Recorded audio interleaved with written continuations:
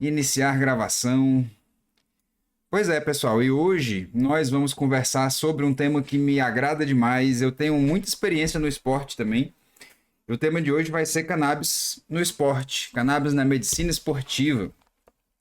E a gente vai começar a ver o papel dessa planta no rendimento esportivo de atletas amadores e de atletas profissionais também. Mas hoje a gente vai começar aqui agradecendo um dos nossos apoiadores, que é a marca Ace Plus, que é uma marca focada em atletas. Eles fazem produtos pensando no atleta. É uma marca bem focada para atleta, mas também, obviamente, os seus produtos são muito bons para a gente utilizar aí em não atletas também, né? A gente tem nos atletas o foco principal da marca, mas obviamente os produtos não são só para atletas e tem um precinho bem legal, tá? Não tem nenhum representante da Ace para conversar com vocês hoje, porque a representante teve um problema de saúde, ela está inclusive internada no hospital hoje. Então a gente não vai ter nenhum representante falando para vocês, mostrando a marca, mas eu vou mostrar então os produtos que eu acho mais interessante, tá?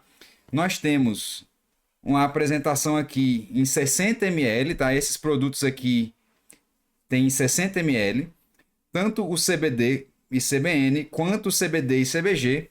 O isolado tem 60 ml e o CBD 6.000 miligramas deles também tem 60 ml. Em relação ao CBD, deixa eu pegar aqui minha caneta. Em relação ao CBD, eles também vão ter o de 30 ml com 3.000 miligramas e o de 120 ml com 12.000 miligramas. É bem concentrado, é bem grande o frasco, o maior frasco que eu já vi, mas é bem interessante. E o que me chama a atenção aqui são essas misturas em full spectrum. Aqui a gente tem um errinho até que saiu no rótulo, não é full spectrum aqui é o isolado mesmo, tá? E nós temos três apresentações muito interessantes. CBD com CBN, que aqui é um para um, tá? De CBD com CBN, onde a gente vai ter 3.000 miligramas de CBD e 3.000 de CBN, 2,5 miligramas por gota. A gente também tem um para um de CBD com CBG, e aqui é o CBD com CBG mais concentrado que eu já vi, né? 5.000 miligramas de CBD com 5.000 de CBG. Eles vão ter o isolado, que é focado para aqueles atletas profissionais, que a gente vai discutir esse tema hoje. E eles têm essas apresentações de tamanhos diferentes para o CBD. Uma coisa que eu acho legal dessas apresentações diferentes é que todos os frascos de CBD deles são 100 miligramas por ml. Tanto faz o 6.000, 3.000 e o 12.000, o que muda é o tamanho do frasco. Então continua sendo 100 miligramas por ml, o que muda realmente vai ser ali o volume final. Esses são produtos bem legais e eles também têm as games mais concentradas que eu conheço, no melhor preço que eu conheço também, pelo canabinoide que tem aqui, pelas miligramas que tem aqui, é um preço bem legal, o preço por miligrama é muito bom. E o Rolon deles é uma excelente via de administração tópica, principalmente para atletas, tá? Rolon é para quem tem dores crônicas, para aquele paciente que tem dor localizada e para aquele paciente atleta que precisa de uma aplicação local, de direcionar para onde que ele está sentindo dor, para onde que está sendo a lesão dele. Então, essas aqui são os produtos da marca Ace Plus, e o contato do representante está lá no nosso departamento de networking, no módulo de networking dentro da nossa biblioteca. Então, acessem para ter acesso ao representante, que é a Carol, que é a representante deles, e infelizmente hoje está doente e não pôde apresentar para vocês. E agora a gente vai falar de cannabis no esporte. Qual é a lógica da cannabis no esporte? Como que a gente vai entender isso? Eu sei que tem muitos atletas amadores aqui e a gente vai entender como que a cannabis faz para melhorar o nosso rendimento. Essa aula de hoje foi primariamente construída em cima desse livro aqui, que é o Livro de Ouro da Cannabis Medicinal, do Dr. Eduardo Fontes, isso mesmo, do Dr. Eduardo Fontes. É um livro muito completo, muito legal, que aborda todos os temas necessários para cannabis no esporte. E também em cima de alguns artigos científicos, tá? Igual vocês sabem, eu dou as referências no começo da aula, que é para a gente poder justificar tudo isso que a gente vai ficar falando agora, sem precisar ficar fazendo link a referências, tá? Então foram esses artigos aqui que já estão na nossa biblioteca. Façam aí depois a revisão de vocês. E vamos lá, vamos começar falando de cannabis no esporte. Por quê? Porque cannabis nos acompanha enquanto espécie. A gente já deu para entender isso até agora, né? E nós temos que entender que a cannabis ela foi também usada desde sempre de um jeito terapêutico para lesões, para dores, para inflamações. E o atleta sofre muito disso. Todos os atletas sofrem de dor, todos os atletas sofrem de inflamação, todos os atletas sofrem de ansiedade, de insônia, de pressão. E hoje a gente vai recobrar esse raciocínio, tá? A gente vai entender que a cannabis ela sempre trouxe alívio de um ponto de vista milenar para todos os atletas de todos os tempos da humanidade. E agora a gente tem que entender as minúcias da cannabis no esporte, porque, né, obviamente, a gente complica as coisas e acaba dificultando a vida dos médicos e dos atletas. Mas aí a gente vai entender. Mas primeiro, eu não podia começar uma aula sem o Vincenzo de Marzo, não é mesmo? Olha só o Vincenzo de Marzo aqui de novo.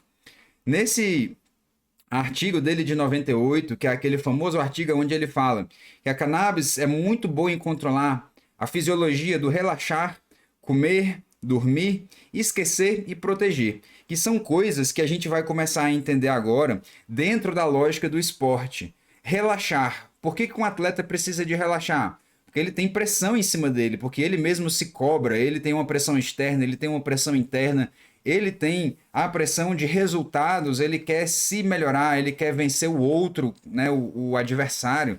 Ele precisa relaxar. O atleta ele precisa aprender a relaxar, porque ele tem pressão de todos os lados. Então é interessante que a gente consiga devolver essa capacidade para os atletas. Tem muito atleta por aí, inclusive muito surfista, tá? Eu nem trouxe esse caso para vocês, mas eu tenho um caso de um paciente meu que é surfista, ele mora numa das praias mais bonitas que eu já vi na minha vida, e ele sofre de ansiedade. Não é porque o cara é surfista, ele é hang loose, o trabalho dele é pegar onda, o escritório dele é na praia, que ele não vai sofrer, que ele não pode sofrer, né? Bom, comer, a gente sabe que se nutrir é uma das partes mais importantes do esporte, de qualquer rendimento esportivo. E aí a gente tem tanto como modular para cima, como modular para baixo esse apetite. Aqui eu vou destacar, eu nem trouxe ele também, mas eu vou destacar o Michael Phelps. O Michael Phelps, naquela Olimpíada que ele levou todas as medalhas, ele fez uma preparação física usando cannabis. E ele só conseguia comer a quantidade de calorias que batiam as 35 mil calorias por dia. Ele só conseguia bater essa quantidade de calorias porque ele usava cannabis para poder ter fome. Porque não existe ser humano na face da Terra que consegue comer 35 mil calorias gostando, né? Então ele precisava disso. Na mesma lógica, a gente já estudou sobre o THCV e a gente sabe do potencial de inibição de apetite. Isso vai ser interessante em alguns cenários, tanto do THCV como do CBD. Dormir. A gente vai falar muito sobre sono do atleta hoje. Esquecer, a gente também vai falar sobre quais os cenários que o atleta precisa esquecer, que o atleta deve esquecer, e proteger, que é a parte então de inflamação, de recuperação muscular, de anabolismo. Todos esses 5 constituintes fisiológicos que a cannabis consegue mexer são essenciais para um atleta.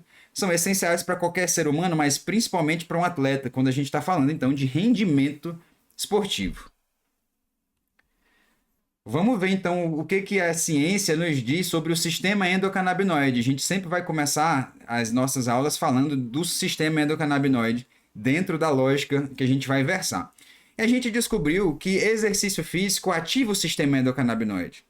Não tem aquela máxima, né, do runner's high, que é aquela sensação de euforia e bem-estar dos corredores, de quem pratica atividades físicas aeróbicas? A gente vai começar a desenovelar e entender que essa sensação de euforia não acontece pelas endorfinas, igual a gente pensava que é. Exercício libera endorfinas. Só que endorfinas, pessoal, não atravessam a barreira hematoencefálica, então não são elas as responsáveis pela sensação de bem-estar. Bem-estar a gente conhece bem quem faz, né? Quem é que faz o bem-estar? Molécula da felicidade suprema. Quem é? Anandamida, não é? Olha só. Esse estudo contou com 24 homens treinados em atividades físicas divididos em 3 grupos: corredores, ciclistas e sedentários, que é o grupo controle. Os participantes realizaram sessões de exercício moderado, 70% a 80% da frequência cardíaca máxima, por 50 minutos, enquanto o grupo controle permaneceu sentado pelo mesmo período. Amostras de sangue foram coletadas antes e após as sessões e os níveis plasmáticos de endocannabinoides, particularmente anandamida e 2-AG foram quantificados. E aí nenhuma surpresa nisso. Olha só que legal. Os resultados mostraram um aumento significativo nos níveis plasmáticos de anandamida após o exercício nos grupos de corredores e ciclistas, mas não no grupo controle, ou seja, o grupo controle que ficou sedentário não teve mudança de endocannabinoides. Olha que legal. Então quer dizer que exercício físico ativa meu sistema endocannabinoide. E aí, no grupo controle, isso não foi visto. Eles ficaram sedentários, não aumentou a anandamida. Essa elevação não foi atribuída à desidratação, porque os valores do hematócrito permaneceram estáveis. Então, não foi por causa de desidratação. Embora o 2-AG tenha subido um pouquinho, essa subida foi muito pouca. Quem subiu mesmo foi a anandamida, e que corrobora aquela sugestão, então, de que o sistema endocannabinoide é o responsável pela sensação de bem-estar e euforia durante o exercício físico sustentado. E nós temos várias e várias evidências científicas que suportam isso, tá? O artigo Cannabis and Athletic Performance é uma revisão que avalia criticamente os efeitos da cannabis, THC e CBD, sobre o desempenho esportivo e a recuperação dos atletas.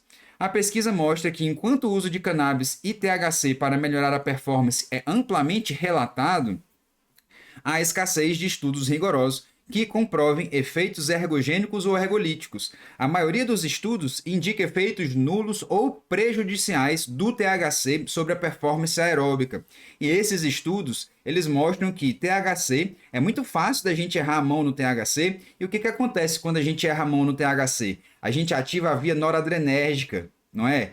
Noradrenalina, aumento de frequência cardíaca, aumento de sensação subjetiva de cansaço, mesmo sem estar cansado. Então, o que a gente tem? A gente tem que o THC, em alguns pacientes e alguns cenários, vai aumentar a sensação subjetiva de cansaço, mesmo antes daquele paciente estar cansado, mesmo antes da performance máxima dele ser atingida. Possivelmente devido ao impacto cardiovascular e cognitivo do THC dentro dessa alça de noradrenalina, tá? Em contrapartida, o CBD tem sido estudado mais como um auxiliar na recuperação, com foco na melhora do sono, na redução da dor, suporte em casos de lesões cerebrais leves, embora os dados sobre a sua eficácia em atletas ainda sejam limitados, porque é igual eu disse para vocês desde o início desse curso. Por que essas referências são limitadas? Porque a gente estuda pouco, a gente estuda há muito pouco tempo isso. Então, obviamente, a gente ao longo do tempo vai conseguindo juntar maior relevância desses artigos.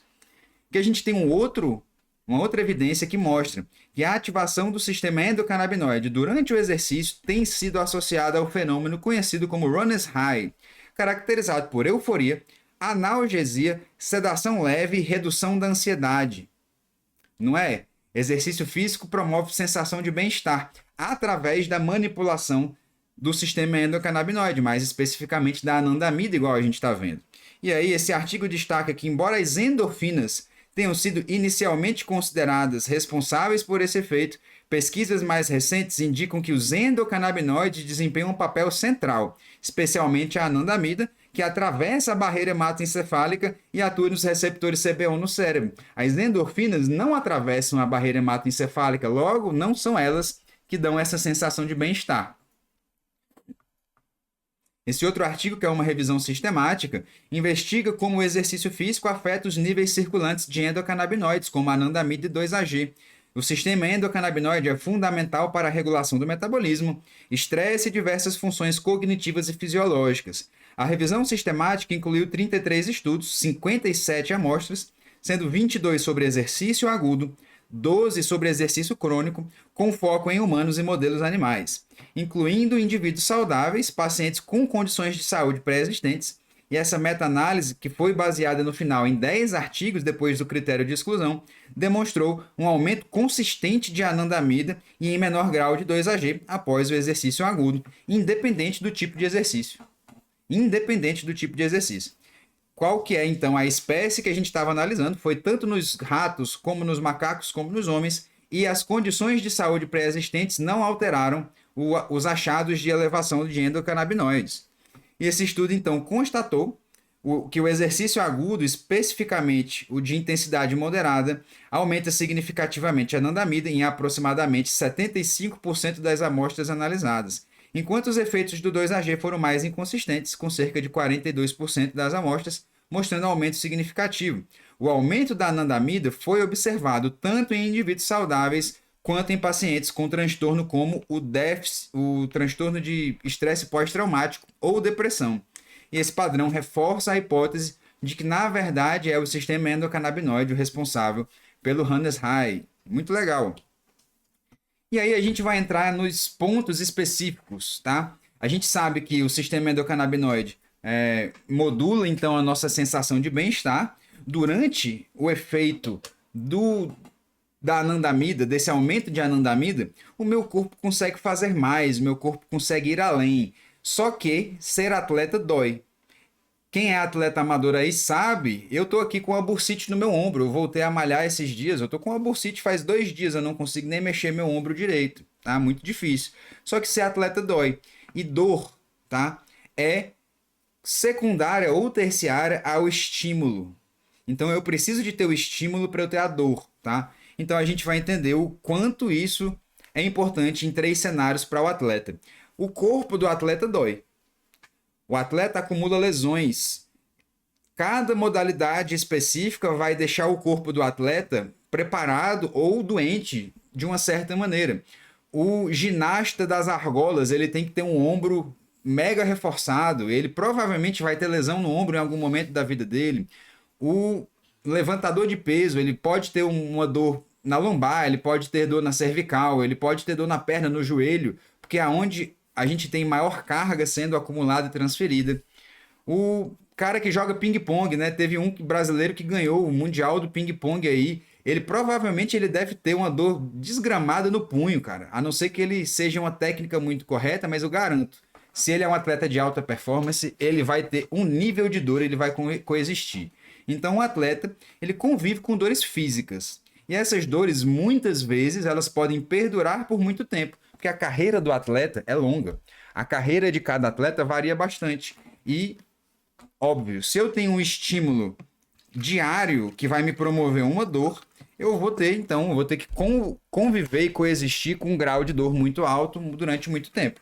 Então, atletas, bailarinos, por exemplo, que são atletas, têm dores excruciantes no joelho, no pé e etc. Então, quando eu tenho uma pessoa que é uma alta performance em alguma área, seja na dança, seja no levantamento de peso, seja no golfe, cada tipo de esporte vai dar uma lesão específica nesse paciente. Mas não é só a dor física que esse atleta vai sentir. Esse atleta ele tem dores mentais, ele tem sofrimentos mentais.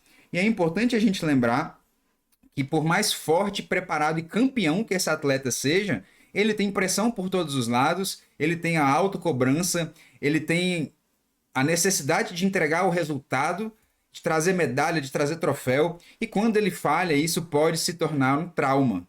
Quando ele falha, isso pode significar uma perda de prazer muito grande, dissociativa para esse atleta. E o nível de comprometimento que atletas profissionais têm com a sua profissão, é uma profissão, não é uma diversão, não é um hobby para ele, tá? Isso daí leva esse atleta a um sofrimento mental. Aquele atleta que tem ansiedade antes de uma competição importante, aquele atleta que dorme mal uma semana antes de uma competição importante, por exemplo, isso vai afetar o resultado final dele na competição, tá? Então, não dói só a mente, não dói só o corpo, a mente desse paciente dói também. Ele tem dores psicológicas, ele tem sofrimento psicológico, e a gente precisa lembrar disso também. E aí, a gente pode dizer que esse atleta não dói só no corpo e nem só na mente, dói na alma. Quando dói no meu corpo e na minha mente, eu posso ter um desequilíbrio de 2 coisas muito importantes. Aqui a gente vai ressaltar o mecanismo de dor crônica, que é muito comum em atletas. Dores físicas evoluem para dores crônicas. Um corredor de triatlon que tem, por exemplo, uma fasciite plantar, é uma dor crônica nesse paciente. Um corredor de bicicleta que tem um problema no joelho pode ser uma dor crônica para esse atleta. Eu posso ter uma corredora, igual eu já tive corredores, que tem lesão na lombar, lesão no joelho e que ainda assim continuam correndo. Isso, obviamente, vai gerar um mecanismo de lesão crônico, de dor crônica nesse paciente. Esse mecanismo de dor crônica a gente já abordou na aula de dor crônica. Então, se vocês tiverem dúvida em relação ao mecanismo em si, reassistam a aula de dor crônica. Eu não vou falar esse mecanismo de novo aqui hoje, porque senão a gente não termina. Mas, a depender daquele estímulo, aquele estímulo pode às vezes até ir embora. E aquele paciente ele vai ter uma memória de dor avivada, porque ele vai ter então uma sensibilização central. A gente já discutiu o processo de sensibilização central antes. Mas a gente precisa entender que duas coisas são importantes nisso. O processo de sensibilização central, ele acontece não só para dores, mas ele acontece para traumas. Traumas emocionais, a gente tem uma sensibilização central na amígdala. Aqui era para estar escrito amígdala, tá? Que é justamente essa bolinha verde aqui e a setinha aqui para essa bolinha amarela. A amígdala é o lugar do nosso cérebro que assimila o medo e o prazer. Se eu, atleta, começo a falhar, começo a ir mal, eu vou ativar a minha amígdala e isso vai desestabilizar a minha relação de humor dentro da minha competição. Ou então no peri-competição, por exemplo. Então a gente tem que lembrar que ser atleta gera mecanismos crônicos, de estresse crônico, não só dor, mas estresse emocional, e esse mecanismo ele pode virar um trauma, ele pode ser prevalente na mente daquele atleta e vai impedir ele de descer a rampa de skate de novo. Eu cagaria de medo de descer aquela rampa de skate. Eu não tenho coragem, nem a molesta para descer aquela mega rampa que o Bob Burnquist inventou. É uma pista de skate que tem 50 metros de altura. E eles pulam dessa pista e eles voam durante 5 segundos no ar para cair em outra pista. Isso para mim, o meu senso de perigo nunca vai deixar eu fazer isso. Nunca, mas nunca. E um atleta que se expõe a um acidente, como que ele não reconhece? Como que ele não se traumatiza, tá? Então, a gente precisa abordar esses temas em relação a traumas de atletas, porque o trauma no atleta pode impedir a progressão da carreira dele. Se ele se traumatiza e se ele não tem uma rede de apoio, uma rede de medicação, uma rede de reintrodução a esse esporte, ele pode se traumatizar, ele pode abandonar a carreira dele frente a um trauma psicológico, e a gente não pode deixar isso acontecer também, tá? Então, ser atleta dói na alma, de vez em quando. Não é só dor física, é dor psicológica e física ao mesmo tempo. É o medo de falhar com a minha nação, é o medo de passar vergonha, é o medo de quebrar um osso. É um medo, que aí isso pode interferir na capacidade de desempenho total desses atletas. E aí a gente tem, para falar de dor, aquele consenso, tá? Que a gente já discutiu na aula de dor também, eu vou evocar aqui de maneira mais rápida para vocês, que é um artigo que estabelece as recomendações consensuais para a dosagem e administração de cannabis no tratamento da dor crônica. Porque igual o Bob Burnquist falou numa entrevista dele, quando ele quebra a perna com uma fratura exposta, ele não vai usar cannabis, ele vai usar morfina, porque é uma dor aguda.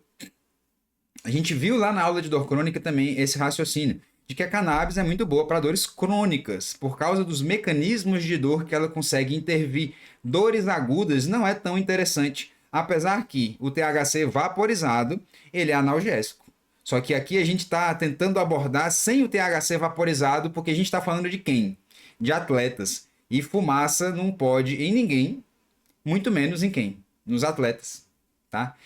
Atleta não deve fumar. Se vocês pegam um atleta que fuma, nem eu vou abordar isso hoje, porque parece que assim, a gente ainda tem alguns atletas fumantes, muito poucos, tá? Mas todos os atletas que querem fazer uma alta performance têm que abolir, têm que parar de se fazer o dano, de se fazer mal e tirar a sua própria performance. Então eles são fáceis da gente conseguir fazer eles saírem de um vício. Mas vamos falar de dor, tá? Esse protocolo aqui é um protocolo que divide durante 3 rotinas. O protocolo de rotina é um protocolo tranquilo, que vai ser a maior parte dos pacientes, incluindo os nossos atletas.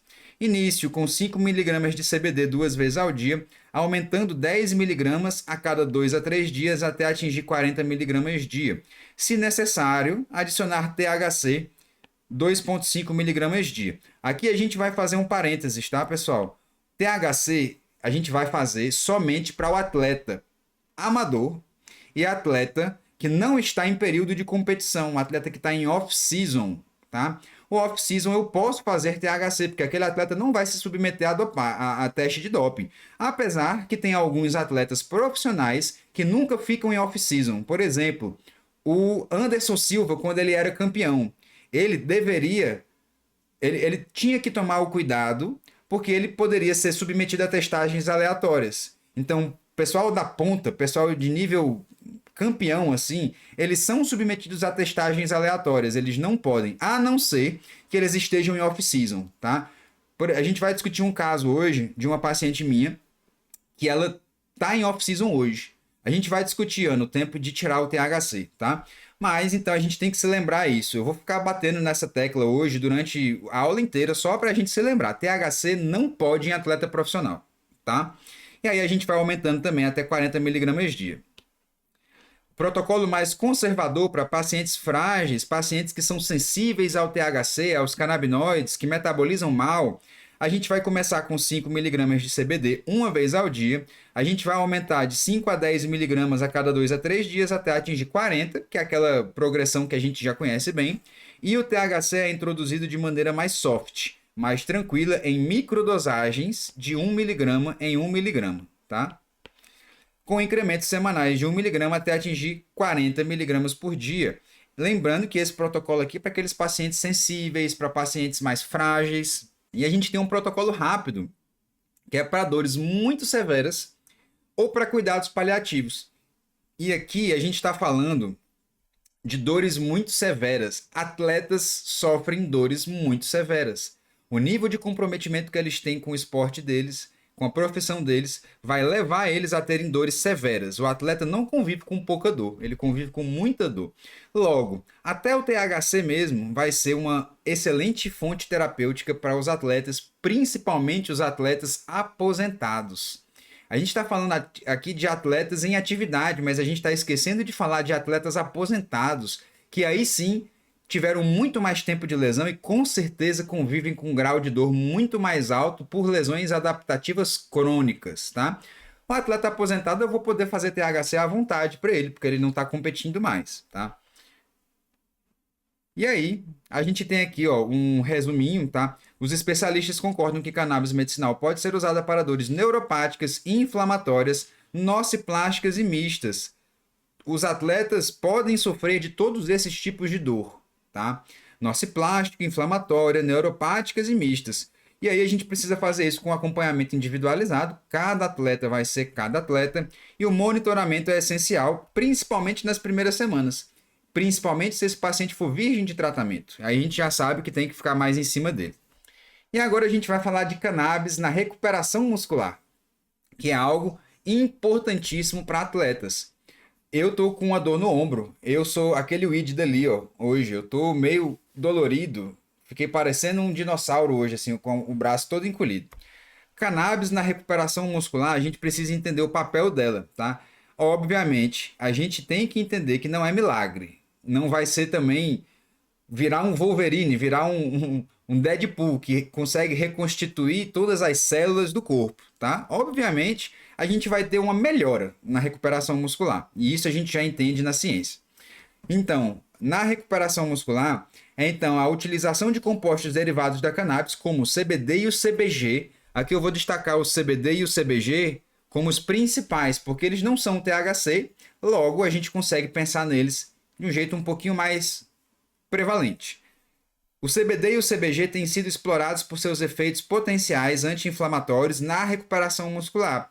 Esses compostos interagem com diferentes receptores e vias de sinalização no organismo, modulando respostas inflamatórias e promovendo a homeostase. O CBD, por exemplo, demonstrou reduzir a produção de citocinas pró-inflamatórias, como a interleucina 6, o TNF-alfa, além de modular as vias de sinalização associadas à inflamação. Estudos indicam que a suplementação de CBD pode atenuar danos musculares e melhorar a recuperação pós-exercícios intensos, possivelmente devido a esses efeitos anti-inflamatórios. E a gente lembra lá da aula de pós-AVC e pós-infarto. Se eu tenho uma isquemia, que é um dano muscular, a gente viu o papel do CBD na melhora de adaptação de cardiomiócitos. A gente tem essa mesma justificativa que a gente vai melhorar a adaptação daquela lesão, tá? Já o CBG apresenta baixa afinidade pelos receptores CB1 e CB2, mas atua como agonista no receptor PPAR-gama, envolvido na regulação de inflamação e do metabolismo energético. Pesquisas apontam que o CBG pode reduzir a expressão de citocinas inflamatórias e exercer efeitos antioxidantes, sugerindo seu papel na modulação da inflamação e na proteção celular também. Então, nós temos ali o combo CBD e CBG. Vamos ver o CBD na redução dessa sinalização. O CBD, ele não se liga diretamente ao CB1. Ele se liga no sítio alostérico. Lembra que a gente falou que o CBD é um modulador alostérico, tá, do receptor CB1?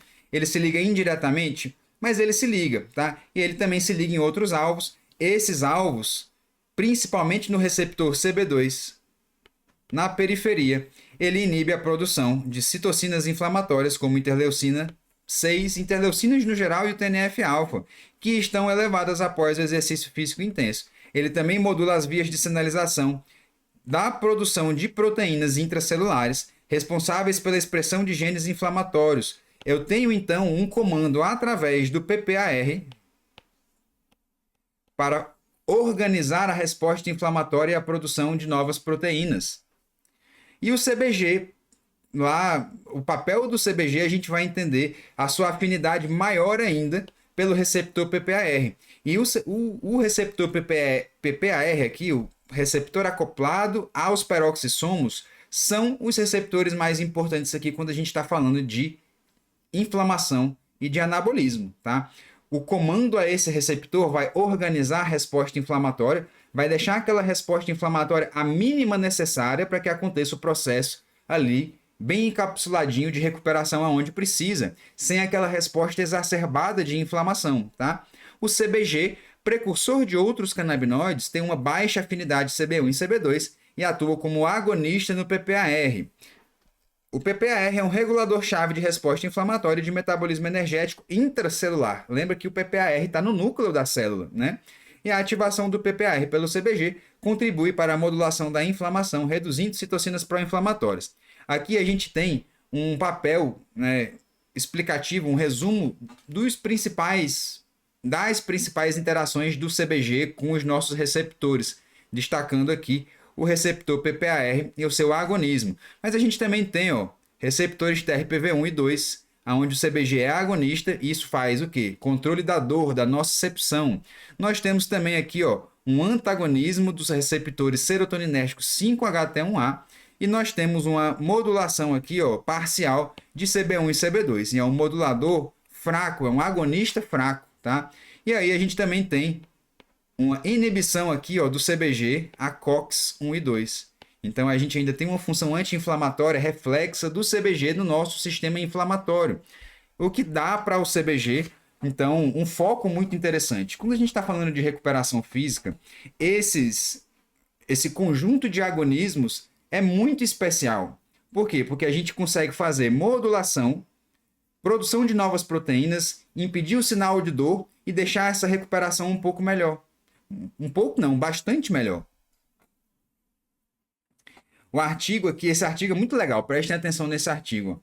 O artigo investiga o impacto da suplementação de CBD na regeneração muscular e na performance após o treinamento resistido intenso. A motivação para o estudo surge do crescente uso do CBD por atletas em busca de recuperação muscular. Embora as evidências científicas sobre os seus efeitos pró-regenerativos ainda sejam limitados, o estudo foi conduzido com o desenho cruzado, duplo cego, controlado por placebo, envolvendo 16 participantes. Tudo bem, é pouca gente, mas é um desenho legal. Vamos entender esse desenho, tá? 16 participantes treinados em força, submetidos a exercícios intensos de agachamentos e saltos, seguido pela suplementação de 60 mg de CBD ou de placebo. Os pesquisadores monitoraram biomarcadores de dano celular, creatina quinase, a CPK, CKMB e a mioglobina, performance e força, a máxima de agachamento, uma repetição máxima de peso de agachamento e também uma repetição máxima de salto com contramovimento ao longo de 72 horas. Então eles avaliaram esses pacientes durante 3 dias. Aqui o desenho, tá? Eles repetiram esse estímulo de carga, de intensidade durante 6 vezes. Então, ou deram placebo ou deram 60 mg de CBD e avaliaram aqui, 24, 48 e 72 horas o rendimento esportivo desses pacientes. Os resultados indicaram que o exercício induziu aumentos significativos no nível de CK e de CKMB e de mioglobina, em ambas as condições, CBD e placebo. Então, o exercício foi eficaz em fazer dano muscular, refletindo o dano muscular. No entanto, diferenças significativas entre os grupos foram observadas apenas após 72 horas. Quem tomou CBD foi melhorar mesmo, foi mostrar um aumento dessa melhora no longo prazo de 72 horas. O grupo que recebeu o CBD apresentou menores níveis de marcadores CK, CKMB e mioglobina, sugerindo um possível efeito atenuante do CBD na regeneração muscular. Esses efeitos não foram evidentes nas primeiras 48 horas, o que indica que o tempo de absorção e ação do CBD pode influenciar a sua eficácia e que o benefício máximo pode ser percebido apenas após um período prolongado de recuperação. Ou seja, CBD é bom no longo prazo para a recuperação física, então faz sentido eu fazer ele espaçado e com doses menores, tá? Em relação à performance, houve uma redução significativa na força máxima após 24 horas em ambos os grupos, tá? Aqui, óbvio, eu fiz um treinamento pesado, no outro dia eu vou estar meio fadigado. Mas o grupo que usou CBD demonstrou recuperação superior após as 72 horas, com leve aumento na força em comparação ao grupo placebo. Esse efeito positivo do CBD na recuperação de força, contudo, não se estendeu aos saltos, porque salto é mais difícil de medir, é mais fácil da gente medir força e mais difícil da gente medir potencial, onde não foram observadas diferenças significativas. E isso sugere que o protocolo de treino utilizado foi mais eficiente para impactar a força do que a potência. Então a gente tem funções específicas durante tempos específicos, mas o CBD ele consegue impactar melhor a força do que a potência. E isso, obviamente, em relação ao desenho desse estudo, porque foi um estudo que avaliou 72 horas, tá? E agora a gente vai ver um estudo também bem bonito, randomizado, duplo cego, controlado por placebo, do jeito que tem que ser, que avalia, então, os efeitos do CBD e do CBG, de mais um outro grupo de coisas, aí é onde entra um viés importante desse estudo aqui. Eles não avaliaram só CBD e CBG, eles avaliaram também um conjunto de outros fitoterápicos, tá? Então foi um fitocomplexo, a base de CBD e CBG, mas mostrando também beta-cariofileno. O beta-cariofileno é um dos terpenos mais anti-inflamatórios que a gente tem, presente ali na pimenta preta, no cravo da Índia. Aminoácidos de cadeia ramificada, BCAA, e citrato de magnésio também. Então não foi só CBD, teve o quê? O BCP, aminoácido BCAA e magnésio, tá? Esse estudo contou com 40 participantes submetidos a um protocolo de indução de dor muscular de início tardio, que é o quê? Aquela dor que você tem quando você volta a malhar, aquela dor que você tem de acúmulo de ácido lático tardia, que não faz parte do estímulo inicial, tá? Um estímulo secundário. O objetivo foi avaliar se essa combinação de compostos poderia melhorar a recuperação muscular, reduzir a dor e a interferência em atividades diárias. Eu voltei a malhar essa semana, eu estava todo dolorido. Então, isso foi analisado também, tá? A volta de atividades. Os participantes foram randomizados para receber a formulação ativa ou placebo em um esquema de 2 doses diárias durante 3 dias e meio.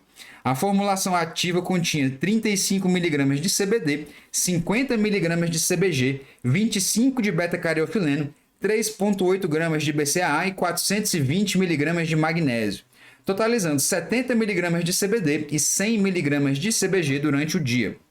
A segurança e a tolerabilidade foram avaliadas através de monitoramento dos efeitos adversos e da adesão ao consumo da fórmula. E os resultados mostraram um perfil seguro e bem tolerado, com apenas um caso de diarreia no grupo ativo e 2 eventos leves no grupo placebo. Em relação aos efeitos na recuperação, o estudo encontrou 2 reduções modestas, mas potencialmente clinicamente relevantes na dor e na interferência das atividades diárias após 48 e 72 horas, tá? Após a indução de dor. No grupo que recebeu a formulação ativa, isso foi melhor do que no grupo placebo. A gente tem uma linha aqui que mostra. Em particular, a diferença nos scores de dor média após 72 horas foi próxima ao limiar da significância clínica, sugerindo que o produto pode ter um impacto funcional na recuperação muscular. Esse é um produto bem diferente, tá? Um produto ali que é dispersível na água, hidrossolúvel, bem interessante, mas que mostra aí também uma evidência de recuperação muscular para os canabinoides. Agora a gente vai falar de sono. um pouquinho de sono, porque a gente também já falou de sono aqui, a gente já teve uma aula específica de sono, e essa aula de sono vocês podem também revisitar para entender. Então eu vou só dar um resumo aqui do que é mais importante para a gente em relação ao sono, é que o atleta ele precisa de dormir.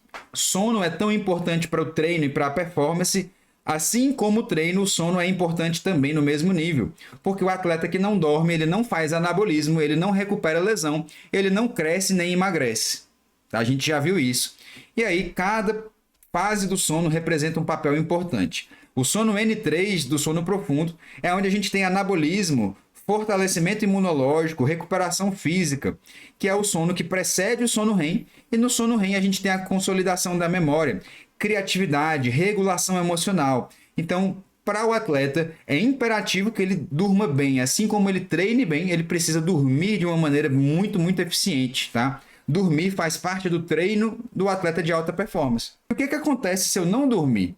Se eu não dormir, eu começo a entrar em burnout. O burnout que muitos de nós já experienciamos é por causa da nossa privação de sono. Vem da nossa privação de sono, do estado de estresse acumulado. E aí eu vou tomar escolhas piores. Eu vou fazer escolhas piores. Eu posso piorar o meu rendimento mental. Eu posso piorar o meu rendimento físico, porque eu não vou ter recuperação física. Eu não vou ter recuperação de neurotransmissores, porque eu não entro nessas fases. É que a Solange disse. Por isso que os benzodiazepínicos atrapalham a memória. Não tem sono REM no benzodiazepínico. Não tem sono REM no Zolpidem. Não tem sono REM no Donarém. Não tem sono REM. Você dorme, mas não tem sono REM, tá? E aí o legal é que a cannabis, ela faz isso e faz isso muito bem. É muito legal que a cannabis faz isso melhor do que qualquer outra coisa que eu conheço, né? E aí a gente tem que entender que o nosso corpo não foi feito para não dormir. Principalmente do atleta que precisa dormir mais do que o meu. Quem não dorme não cresce, não faz anabolismo. E quem não dorme não emagrece. Não regula leptina e não regula grelina. E aí a gente tem uma desregulação, né, dessa via de neurotransmissores que vai então fazer esse atleta a errar a mão na comida e aumentar o seu peso, sair da sua curva de peso ideal para o seu esporte. E isso, para o esporte, é muito importante, tá?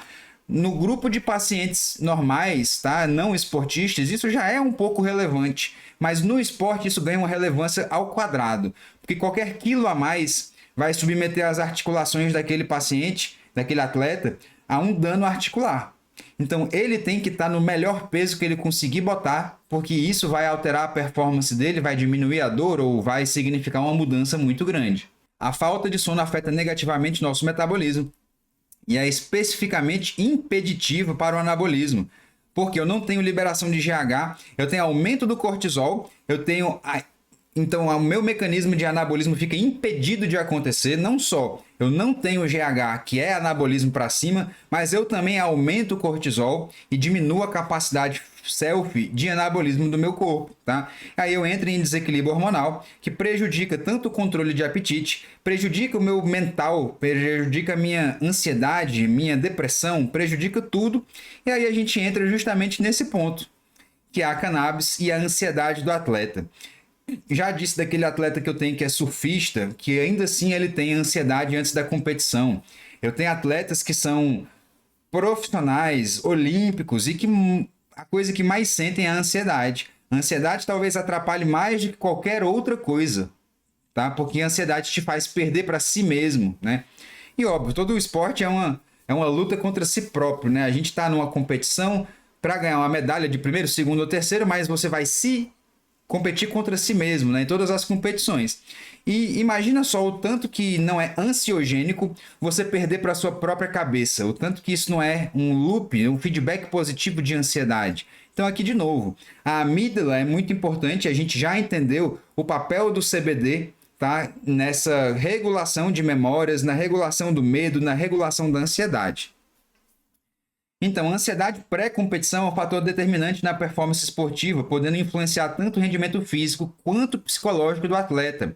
O estresse esportivo, caracterizado por aumento da tensão muscular, alterações respiratórias, flutuações emocionais, podem prejudicar o foco e a tomada de decisão e o desempenho geral em esportes individuais, em esportes em grupo e etc., aonde a responsabilidade do resultado cai simplesmente 100% para o atleta. Então, em esportes individuais, essa pressão é muito maior, mas isso também acontece em esportes, né, em grupo. E isso pode demandar estratégias diferentes para a gente conseguir manejar essa ansiedade.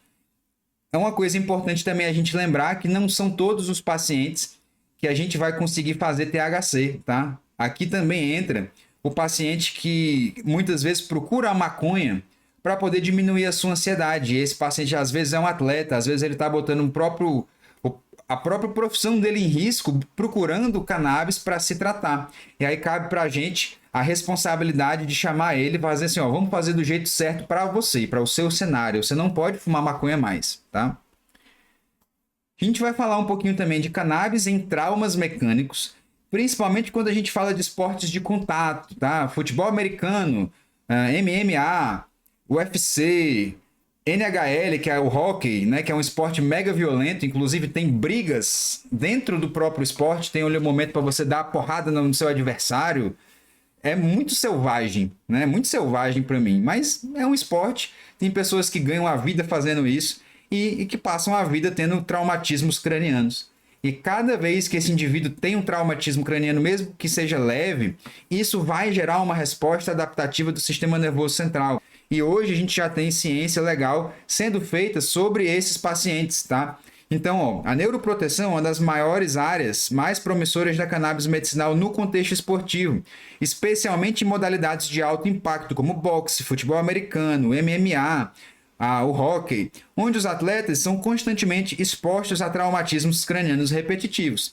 E o sistema endocannabinoide desempenha um papel central na regulação da homeostase cerebral, modulando inflamação, excitotoxicidade, estresse oxidativo e a plasticidade sináptica. Se vocês se lembram, quem assistiu divertidamente aí, o 2, onde a menina está um pouquinho maior e ela inclusive aprende a jogar hóquei, tá? Ela convive com medo, com dúvida, com um monte de emoções. E é também um esporte de contato que a gente precisa entender que essa plasticidade sináptica que a gente promove faz parte também do aprendizado motor, da praxia motora do esporte. Tá? Então eu posso deixar aquele indivíduo um pouco mais plástico, um pouco mais aberto ao aprendizado do próprio esporte. Isso é muito legal. Mas receptores CB1 são altamente expressos no sistema nervoso central, enquanto CB2 estão principalmente nas células imunes, incluindo a micróglia, que responde a lesões neuronais. A ativação desses receptores por fitocannabinoides, como CBD e THC, pode atenuar os processos inflamatórios exacerbados e limitar danos neuronais após impactos repetidos. Em esportes como MMA, futebol americano e boxe, há uma crescente preocupação com a encefalopatia traumática crônica. Quem lembra do Maguila? O Maguila que falava bem lento assim, bem espástica a voz dele, parecia que ele tinha tido um AVC, mas ele não teve um AVC, ele teve encefalopatia traumática crônica, que gera respostas adaptativas muito ruins, tá? É uma condição neurodegenerativa associada a impactos repetitivos na cabeça, caracterizada por acúmulo de proteína tau e inflamação crônica e perda neuronal progressiva. É uma demência. É um estado demencial. A Solange disse aqui o parkinsonismo do Muhammad Ali também. Né? Assim, a gente tem o aumento a demência do boxeador, encefalopatia traumática crônica. Isso tudo é importante, tá? E a cannabis ela consegue ajudar muito, e muito nisso, tá? Então, até alterações comportamentais, como transtorno de humor, depressão, a gente consegue ter, né, derivadas desses danos repetitivos, né? Estudos pré-clínicos sugerem que a cannabis medicinal, especialmente o CBD, pode atenuar a neuroinflamação e a deposição de proteína tau, abrindo caminho para o seu uso dentro da prevenção e da mitigação dessas encefalopatias. Todo atleta de contato deveria fazer canabidiol para sempre. Enquanto estiver fazendo o seu boxe, o seu MMA, ele devia estar fazendo neuroproteção preventiva com o CBD. E aí a gente vai falar da cannabis no transtorno de estresse pós-traumático. A gente não tem uma aula específica no conteúdo programático para TEPT, mas aqui a gente vai abordar brevemente Porque a gente já vem discutindo isso, né? A gente já vem discutindo o papel da cannabis no esquecer, que é um daqueles 5 processos fisiológicos do Vincenzo de Marzo, né, que ele disse que a cannabis trata. O esquecer é muito importante, é muito mais importante quando a gente está falando de um atleta traumatizado. E olha só, o quão fácil para um atleta é se traumatizar. Ele está sobre um holofote, ele tem pressão, ele está sendo visto pelo mundo inteiro em alguns casos. Imagina uma falha, imagina uma queda. Não é todo atleta que se recupera de uma queda.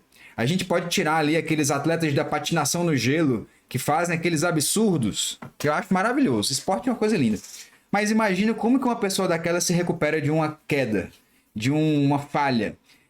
Essa falha, naquele momento específico que ela estava preparada para ganhar a medalha de ouro e ela caiu, isso pode se tornar um trauma, isso pode se tornar um evento estressor. E a gente vai ver no caso clínico também que outras coisas podem ser traumas. O atleta ele pode se traumatizar por diversos motivos, não só pela falha, tá? Não só pela falha, mas existem outras coisas. E às vezes, pessoal, esse atleta ele já tem um trauma anterior. Ele já tem um trauma familiar, ele já tem um trauma pessoal e ele está tentando fugir desse trauma no esporte. A fuga para esse trauma muitas vezes é alta performance no esporte, tá? Então a gente precisa entender que tanto o esporte faz sentido. A gente viu que o esporte aumenta níveis de anandamida, não faz? A anandamida, então, faz a mesma coisa que o THC, me ajuda a promover o esquecimento, me ajuda a esquecer memórias aversivas, tá? E a gente sabe também que o THC, que vai ser mais importante nesse caso, junto com a anandamida, na modulação de memórias aversivas.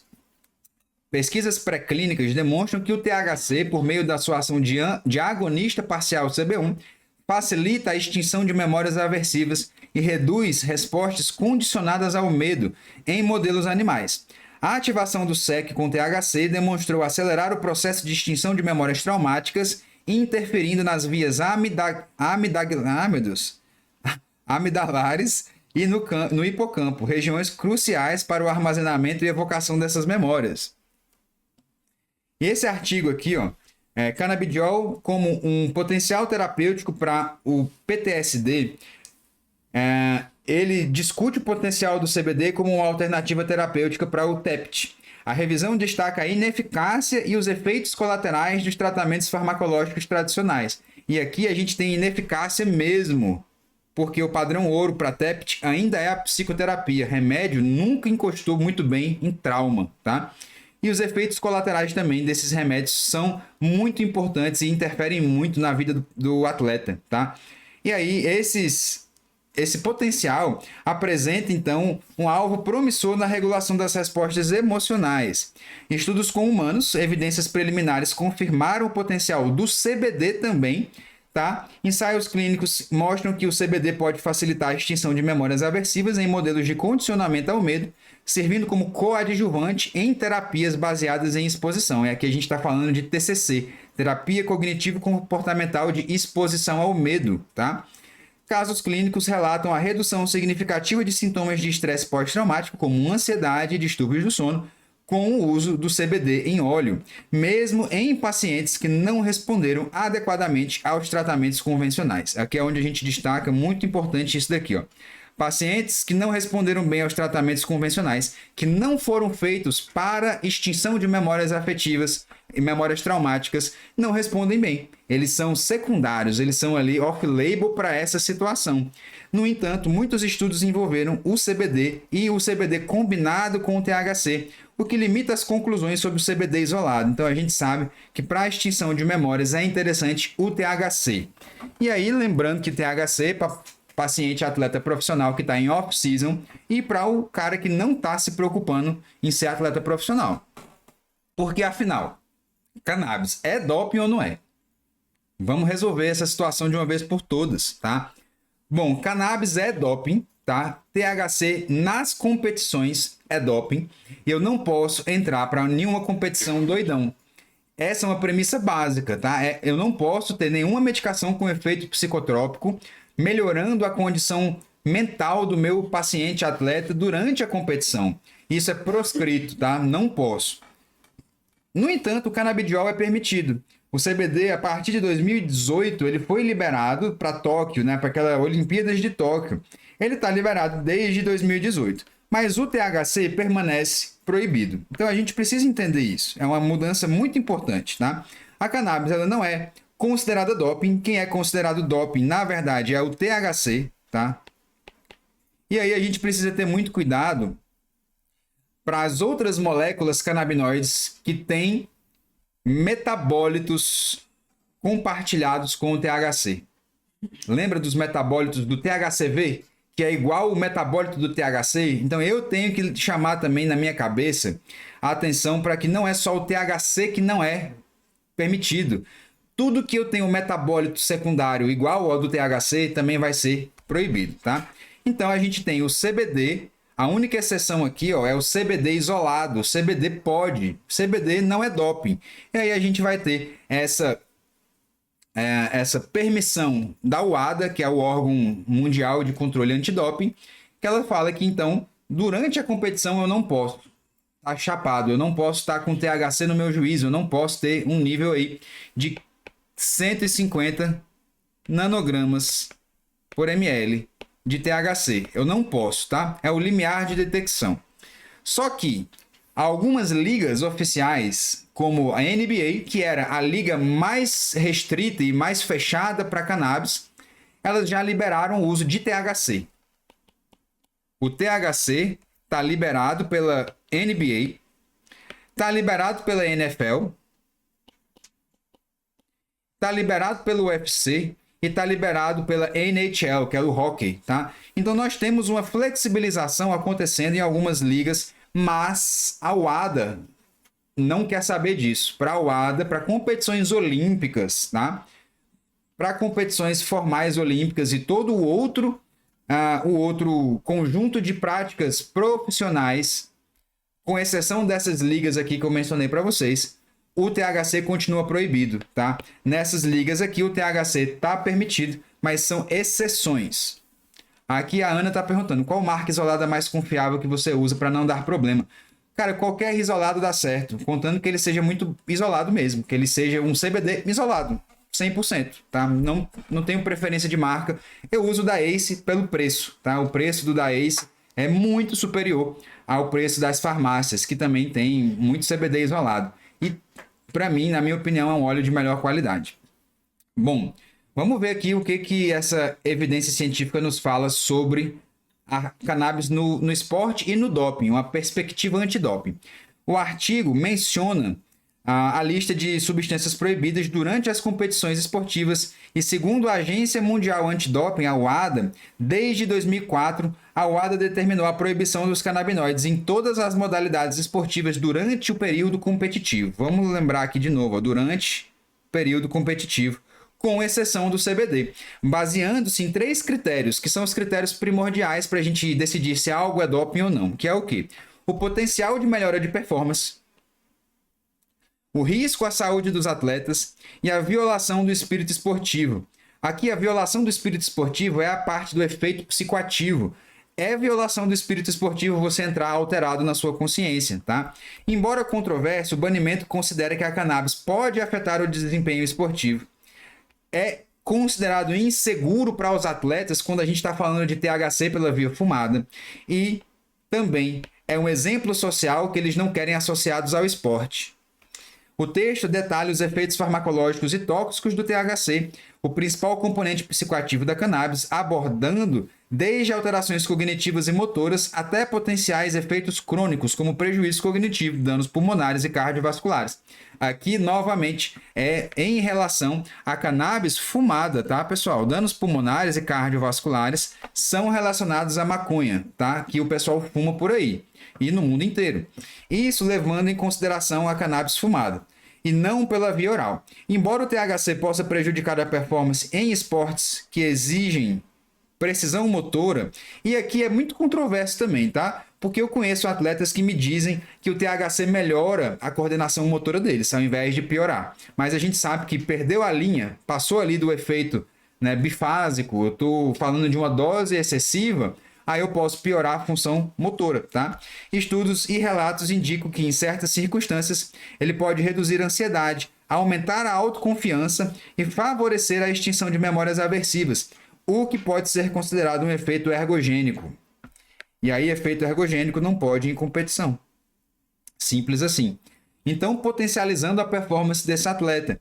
Então, a gente vê que mesmo o THC, ele é mal falado, ele é mal entendido, ele tem, óbvio, ele tem efeito psicoativo, então é doping, tá? Não pode ir na competição. Mas ele, fora desse contexto, ele ganha muitas propriedades. Eu consigo tratar a aversão de memórias, consigo tratar a dor, consigo potencializar a performance desse paciente, eu consigo dar melhor consciência corporal para ele, e que em todos os sentidos isso vai ser bom, tá? Mas aí, obviamente, THC é doping, então para competições esportivas profissionais ele fica de fora. Além disso, o artigo aborda as dificuldades em diferenciar o uso recente de cannabis da eliminação residual de metabólitos. O cara que é um usuário frequente, principalmente se ele tem um pouco mais de tecido adiposo, tá? Ele vai acumular mais. E quando ele quebrar a gordura, ele vai liberar metabólito para a circulação. Então eu tenho que me ligar nisso também. É um fator importante para eu me ligar, tá? E isso traz uma dificuldade, tá? De conseguir diferenciar se esse paciente usou cannabis agora ou se ele usou há muito tempo, né? Porque o metabólito é o mesmo, devido ao papel farmacocinético do THC, que se acumula nos tecidos adiposos e pode ser detectado na urina após semanas após o consumo.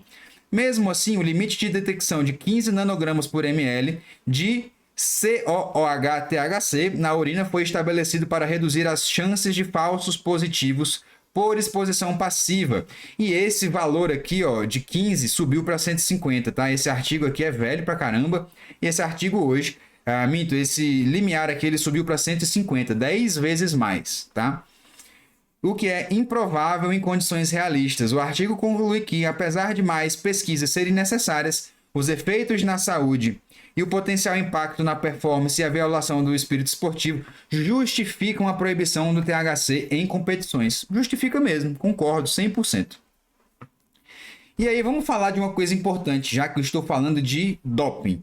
Eu preciso também me ligar, igual eu disse para vocês, eu preciso me ligar nos canabinoides, que vão ter, então, metabólitos, que é o COOH-THC. Os canabinoides que compartilham esses metabólitos, além do THC, são o THCV, o CBN também.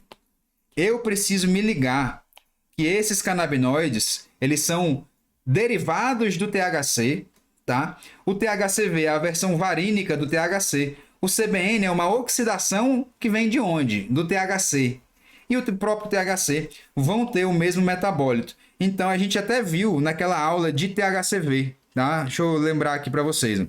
O delta-9-THC, ao ser metabolizado no organismo, gera metabólitos primários e secundários bastante característicos, como 11-hidroxi-THC e o ácido tetrahidrocannabinol carboxílico, o THC-COOH.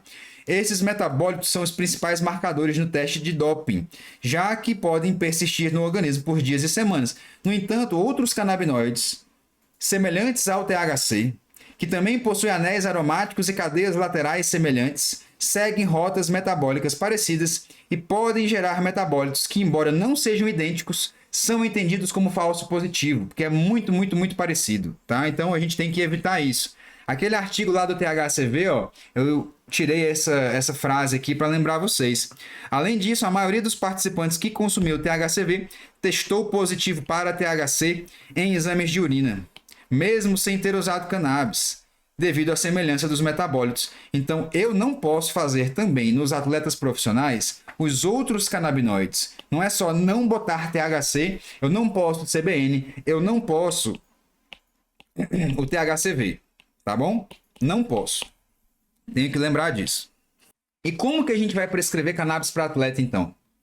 Porque a gente viu que modalidades diferentes têm resultados diferentes, que atletas sofrem de problemas diferentes, tá? Ansiedade, insônia, trauma e etc. Como que a gente vai fazer? Eu preciso fazer um diagnóstico bem feito, eu preciso separar os meus objetivos e trabalhar por objetivos, tá?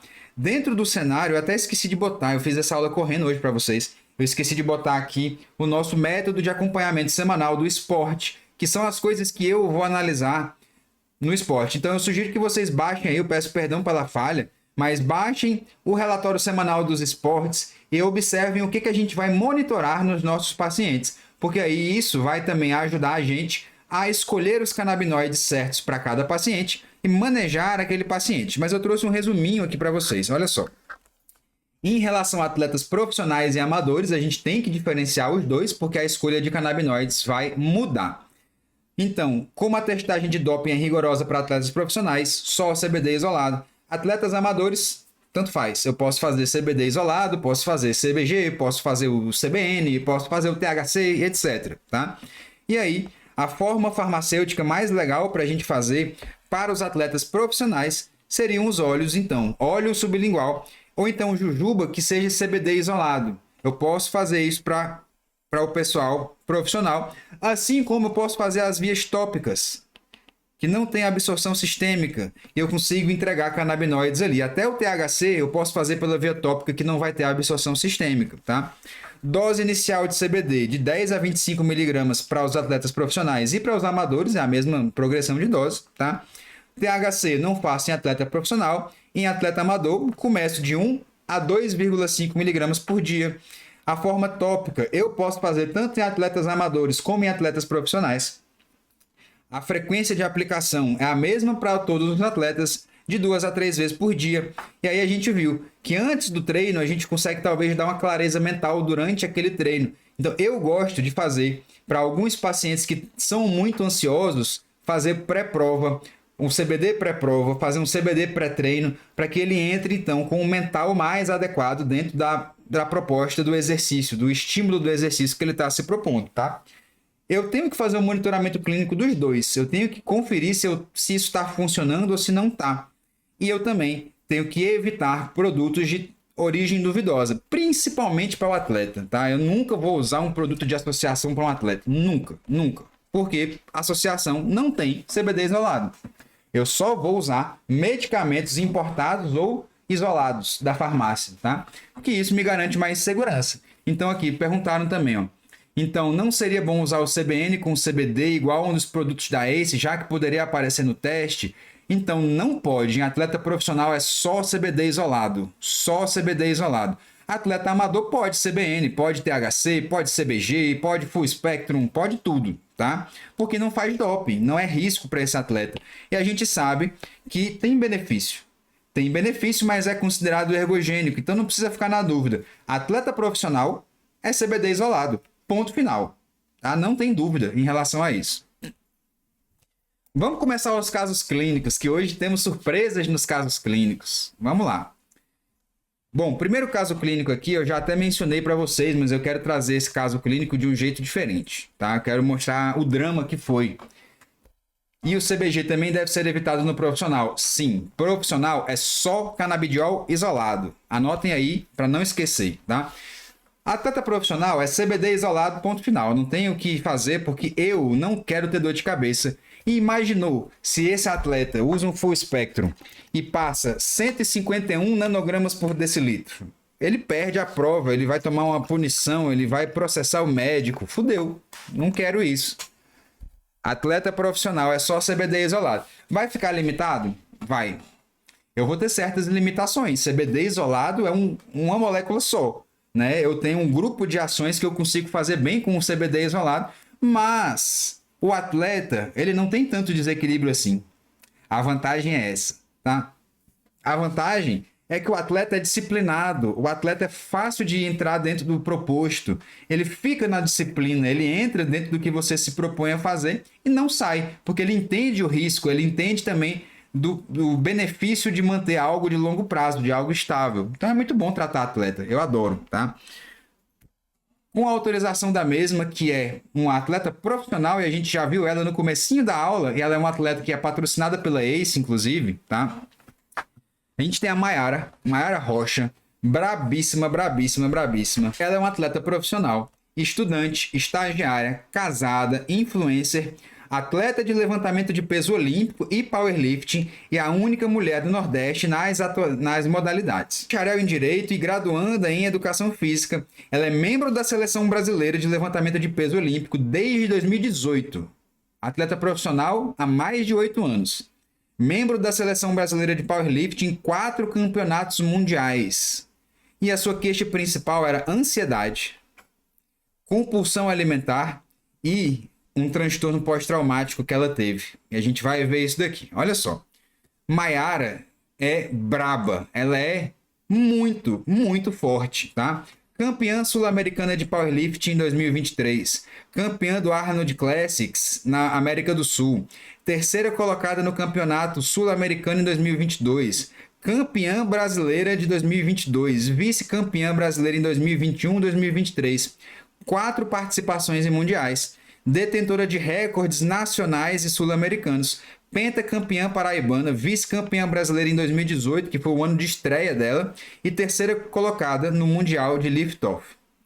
Eu trouxe as conquistas para mostrar para vocês que atletas de alto desempenho sofrem também. Não é porque ele chegou lá, ele é campeão, que ele tá de boas. Talvez por ele ser campeão, a pressão dobre, a pressão triplique na cabeça dele. Então, eu trago antes a conquista dela para vocês entenderem que até ela, pentacampeã paraibana, campeã brasileira, ela sofria, ela tem sofrimento e esse sofrimento atrapalha a performance dela. Durante o Mundial de 2023, Mayara foi classificada, ela chegou a viajar para a Dinamarca, porém, devido à sua ansiedade e à sua compulsão alimentar, ela não conseguiu bater o peso da categoria dela. Por 150 gramas, ela não bateu o peso. Ela não competiu. E olha só. Ela até cortou o cabelo, cara. O cabelo que para ela era um símbolo de feminilidade, um símbolo de ser mulher. Ela teve que cortar o cabelo na tentativa de bater o peso. E ainda assim, não bateu por 150 gramas. E isso gerou um episódio muito, muito traumático para ela. Imagine o que é uma atleta campeã chegar e não conseguir competir por erro dela. Ela se perdeu nela própria. Imaginem a cabeça dela. Mayara, durante esse evento traumático, ela passou um episódio depressivo. Ela ficou muito, muito depressiva. Ela engordou muito. Ela piorou da ansiedade dela.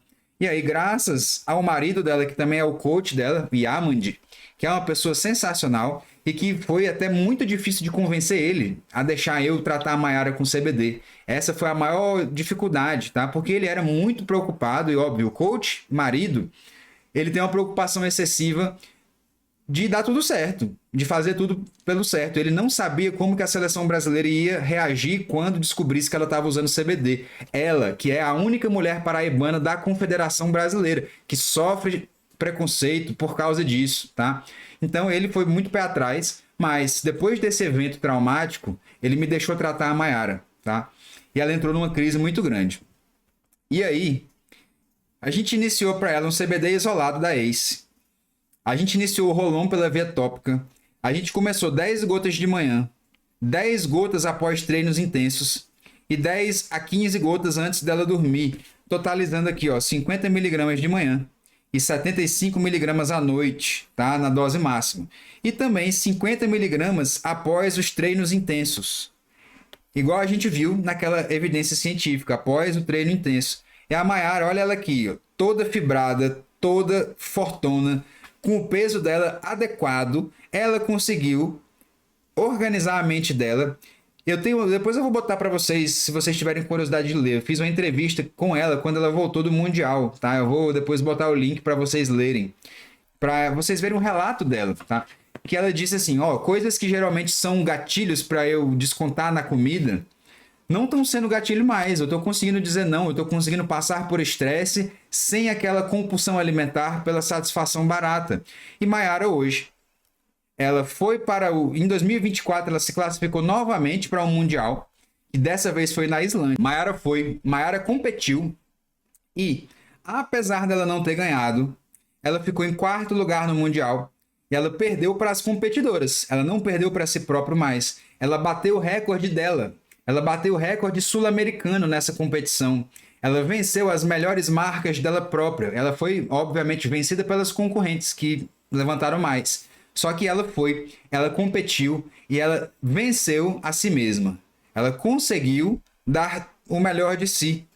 E aí, ela volta com o recorde sul-americano, que não era batido desde 2015, e a quarta melhor do mundo, junto com a seleção paraibana aqui, ó, a Maiara e o Yamand aqui, que hoje são queridos amigos, há muito tempo já eles são meus amigos.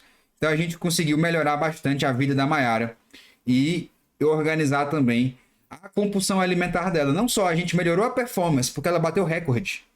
Ela bateu recorde sul-americano, mas ela melhorou a performance pessoal dela, a ansiedade dela, ela conseguiu ser uma pessoa melhor. E isso para mim é o objetivo que a gente tem. E ela usa CBD isolado, a gente não usou nada além de CBD isolado e CBD tópico para ela. Então note, dá para fazer com CBD isolado para um grupo de comorbidades, para um grupo de coisas, tá? A gente viu que CBD isolado é bom para memória aversiva também. Então, eu consegui dar uma ressignificada, ela se sentiu melhor para competir, ela bateu o peso. Então, a gente teve um sucesso terapêutico muito completo na Maiara. Agora a gente vai ver o caso clínico 2. Inclusive, nós temos uma surpresinha. Cadê Hasling? Vamos lá, eu vou começar aqui então. O paciente em questão é o nosso querido colega de classe, Hasling. Médico, atleta amador, 48 anos, ex-etilista pesado, parou há 2 anos, atualmente bebe álcool 3 ou 4 vezes no ano, em pequena quantidade. Obeso controlado, o IMC dele está 25, e ele é atleta amador nas modalidades de CrossFit. Como queixa principal, o que ele tinha? Insônia, cansaço, fadiga, queda no desempenho do esporte. E aí, nosso amigo aí, vamos mostrar o resultado no nosso querido colega de classe. Então, ó, primeiro exame do Hasling aqui, a gente tem uma insônia clínica moderada, tá? Uma insônia clínica moderada, bem importante, tá? E aí, óbvio, a gente vai sempre fazer esses índices, né? Esses arquivos comparatórios para a gente conseguir ver a nossa melhora. O que a gente fez? A gente iniciou o CBD com CBN para o Hasling, 10 gotas à noite. Na primeira semana, a gente teve uma melhora parcial. A gente aumentou para 15 gotas à noite. Na segunda semana, a gente conseguiu encostar numa melhora um pouco melhor, com sono reparador, melhora da fadiga, boa recuperação em treinos mais intensos, sem lesões, e uma dor leve no ombro esquerdo. Aí a gente aumentou para 20 gotas à noite. Na terceira semana, a gente conseguiu encostar num humor excelente, qualidade de sono ótima, melhora do sono REM e do sono profundo, sono restaurador, melhora nos treinos com atualização dos recordes pessoais de levantamento de peso e de desempenho do cardio. Aí a gente aumentou a dose para de 25 a 30 gotas, porque ele ainda achava que poderia melhorar um pouquinho mais no sono. E aí na quarta semana, a gente manteve aqui essa dosagem de 20 a 30 gotas por achar que esse objetivo terapêutico foi atingido. A gente está fazendo 75 miligramas, pelo que nós temos de produto, tá? Aqui dentro dessa lógica aqui. A gente tem 2,5 miligramas por gota e a gente está fazendo de 25 a 30 gotas, totalizando aí 75 miligramas por noite, tá? E aí, a gente tem aqui fotos do nosso querido Hasling competindo numa competição de CrossFit. Eu vou abrir o microfone dele agora para ele dar a experiência dele, o relato dele para vocês. Vamos lá. E aí, pessoal, boa noite. Vocês me ouvem bem? Certinho? Tudo certinho. Então bacana. Assim, eu comecei o curso, a mentoria, né, no final de outubro, se eu não me engano, início de novembro. E aí, numa das conversas, né, comecei com o Gui e ele falou, cara, vamos ver seu caso e tal, né? Mas o meu pior problema realmente era relacionado ao sono e à falta de descanso, né? Eu já pratico CrossFit há mais ou menos 3 anos e eu percebi que estava me atrapalhando muito, né? No semestre do ano passado, eu cheguei assim, exausto, né? No final do ano. E aí, né, fiz a consulta com o Gui e aí ele propôs, né, essa terapia com o produto da ACE, né, que realmente é um produto sensacional. E além de usar também, eu comecei a usar o tópico, né, o rolon, nos casos daquela fadiga muscular, assim, né, dos treinos mais pesados. Então, assim, para mim, em relação ao sono, antes eu dormia 3 horas, muito 4 horas por noite, com sono de péssima qualidade, né? Hoje eu tento manter 7 horas, né? E um parênteses aqui, né? A higiene do sono é muito importante. Então, quanto mais disciplina a gente tem usando o cannabis. E obedecendo essas regras, dormir sempre naquele, né, horário ali, o próximo, isso ajuda muito. Então, tenho tentado manter essa média aí de 7 horas por noite, né? Que está me trazendo um benefício, assim, fantástico. Então, muito melhor, né? Assim, fisicamente, mentalmente, né? Agora, a questão da ansiedade, né? Era um fator que eu não me identificava como uma pessoa muito ansiosa.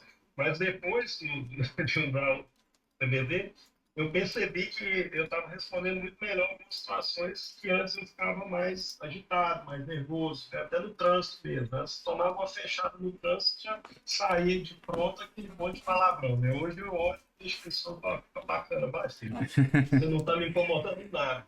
Então, né, em relação à competição, né, essa é uma competição aqui no estado, eu moro no Espírito Santo, e aí a gente tem, eu vou no Master e vou em equipes, né? Então essa aí eu fui no Master, foi uma competição muito bacana, tinha 2 provas de corrida. Eu tomei, né, no dia algumas gotinhas antes das provas, tive 5 gotinhas ali antes de cada prova, e usei o gel bastante também, então se foram 2 dias de competição, 3 provas por dia. Eu não sei se tem alguém aqui que é do CrossFit, mas é uma competição, né, um ritmo bem puxado. E não ganhei medalha, porque aí é questão de limitação de técnica mesmo. Mas eu resisti muito bem à competição. Na segunda-feira trabalhei normalmente. Na terça-feira eu voltei a treinar de novo. Então, experiência própria. E compartilhar com vocês esse caso aqui, que realmente é bom, funciona muito bem mesmo, né? Muito legal, cara. E a gente tem aqui um, os nossos relatórios semanais que a gente fez, né? Parte da nossa metodologia. E é por isso que a gente fala dessa progressão semanal e desse acompanhamento, porque aqui nesses relatórios eu já disse para vocês, e a gente vai sempre trazer que eles são muito efetivos em relação à economia de energia. Então, isso daqui é tudo que eu, médico, preciso saber para manejar o caso do Hasling. Então, se ele me manda tudo mastigadinho, eu consigo tomar uma decisão clínica muito mais rápido, muito melhor, muito mais bem embasada e muito mais personalizada pelo que ele me diz. Então, eu consigo ver o que ele está me passando e a gente consegue propor com menos de 3, 5 minutos por semana. A gente não foi, Hasling? Quantos minutos a gente teve por semana de interação? Era rápido, né? A gente tinha um dia, né, pré-determinado para mandar os relatórios, só para ele avaliava, tentava ver se tinha alguma coisa a mais ali, e até para o próprio, olhando, né, pelo olhar enquanto um paciente, é bom que você consegue mensurar a sua progressão, né? Que além de você sentir os benefícios físicos, mentais, você vê ali, você mesmo está fazendo a sua relação do que está mudando. Né? Então, quando você pega os relatórios desde o início ali, né, a gente chegou a fazer só 4, né, e que a partir da quarta semana ele já estava Já resolveu, bem. né? O objetivo terapêutico já tinha sido atingido, né? E aí depois ele só me orientou e falou, ó, né? Se precisar, use tal circunstância, pare um pouquinho, tendo dúvidas e tal. É fundamental, né? Tanto para o médico que está acompanhando, quanto para o paciente também, se avaliar e medir a eficiência da terapia dele, né? É uma ferramenta muito útil, acho que eles devem usar sim, né? Bom, e aí vamos ler aqui né? Vamos ler os nossos relatórios aqui.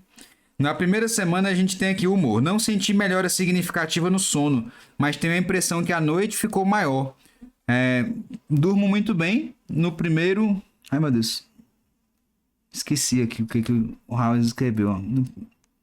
E nos outros nem tanto, mas pela manhã e durante o dia meu humor melhorou demais e tenho vivido uma sensação de bem-estar reconfortante.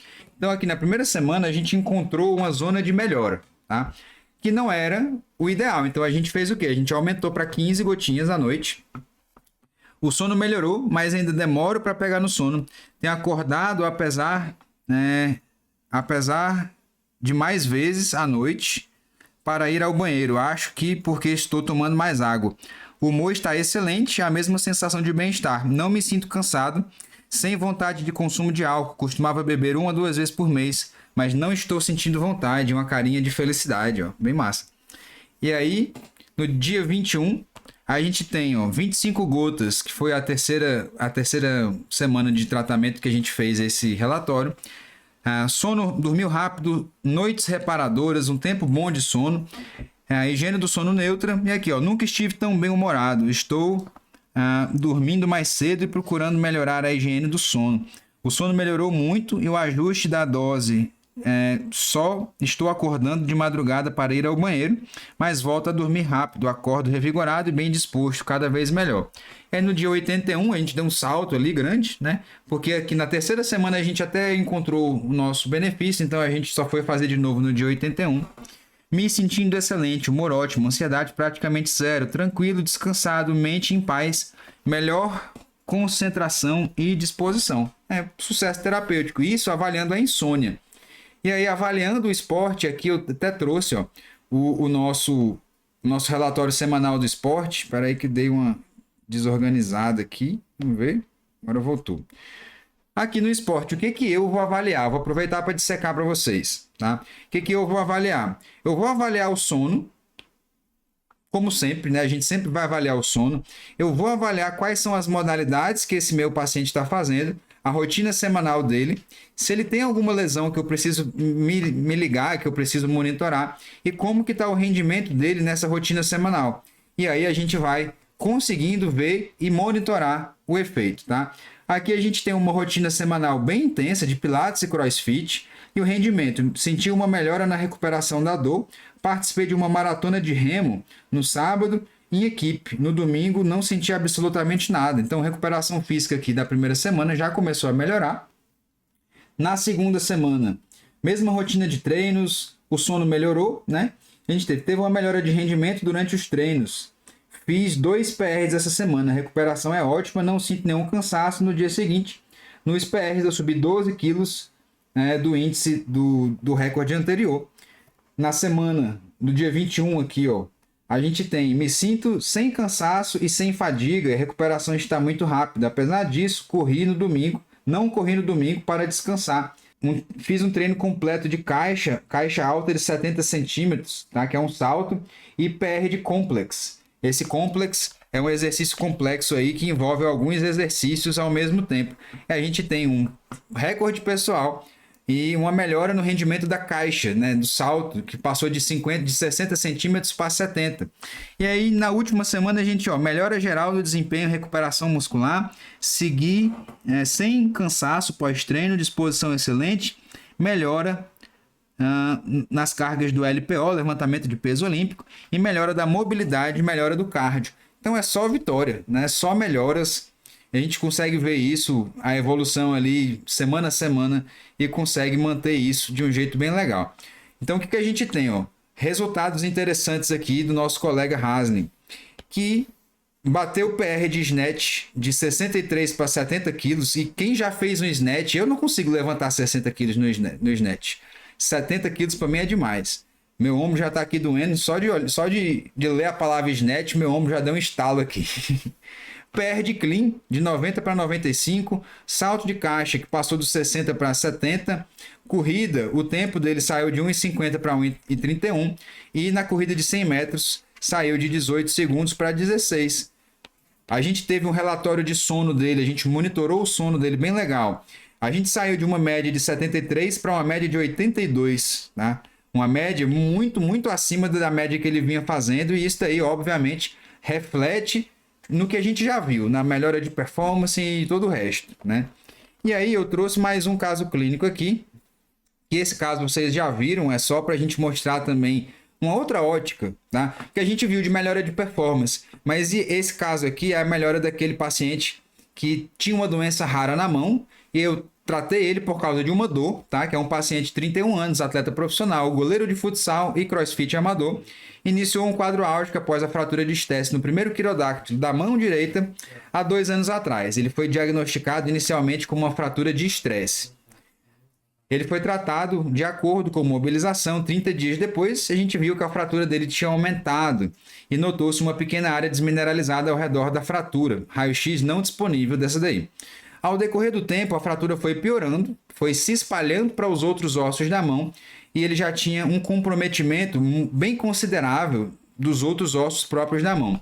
ele estava com acompanhamento com ortopedista oncológico na Alemanha, com reumatologista e com oncologista aqui no Brasil. Foi diagnosticado então como síndrome de Gorham-Stout, que é a síndrome do osso fantasma. Essa fratura começou aqui, ela se espalhou para todos os ossos do primeiro quirodáctilo, se espalhou para os ossos do segundo e os ossos próprios da mão. E a gente tem uma diminuição de matriz óssea, tá? Importante. E essa doença aqui, síndrome de Gorham-Stout, é uma ativação osteoclástica aumentada, uma ativação osteoblástica diminuída. Então, osteoblasto, quem produz a matriz óssea, entra de greve, e o osteoclástico, que é quem reabsorve, vai aumentar a sua produção. E isso gerou, obviamente, um dano muito grande na mão desse paciente. A doença progrediu muito rápido, se espalhou para os outros ossos, trazendo muita dor e necessidade de procedimentos cirúrgicos para tentar estabilizar. E ele descartou osteomielite diversas e diversas vezes. Não tinha infecção. Ele foi tratado com antibiótico, mesmo sem ter infecção, e não era osteomielite, é uma doença do osso fantasma. Ele chegou a botar fixador, pino, placa e parafuso, muito invasivo. Na primeira consulta, esse aqui era o aspecto da mão dele, tá? Esse era o aspecto dele na primeira consulta. E aí, ele me procurou, na verdade, para tratar a dor. Tratar uma dor decorrente de uma lesão que é autoimune, igual a gente viu que é autoimune, mas aí ninguém sabe de onde vem nem para onde vai essa lesão. Então, ele começou um tratamento paliativo, tá? Aqui esqueci de botar ainda o denosumab que ele estava fazendo. Esse denosumab, depois ele fez o adalimumab, anticorpos monoclonais, que custam aí R$18 mil a cada 15 dias, tá? Pensou em amputar a mão também, tá? Esse paciente aí foi cogitado amputar a mão dele. E aí ele estava fazendo uso de Zolpidem, 20 mg para tentar dormir, que não estava conseguindo. Clonazepam 2 mg esporadicamente. Tramal 300 mg todo dia, Paco esporádico, analgésico simples como se fosse água, duloxetina e já trocou 2 vezes de antidepressivos. Ele veio também agressivo, irritado, em privação de sono há 2 anos.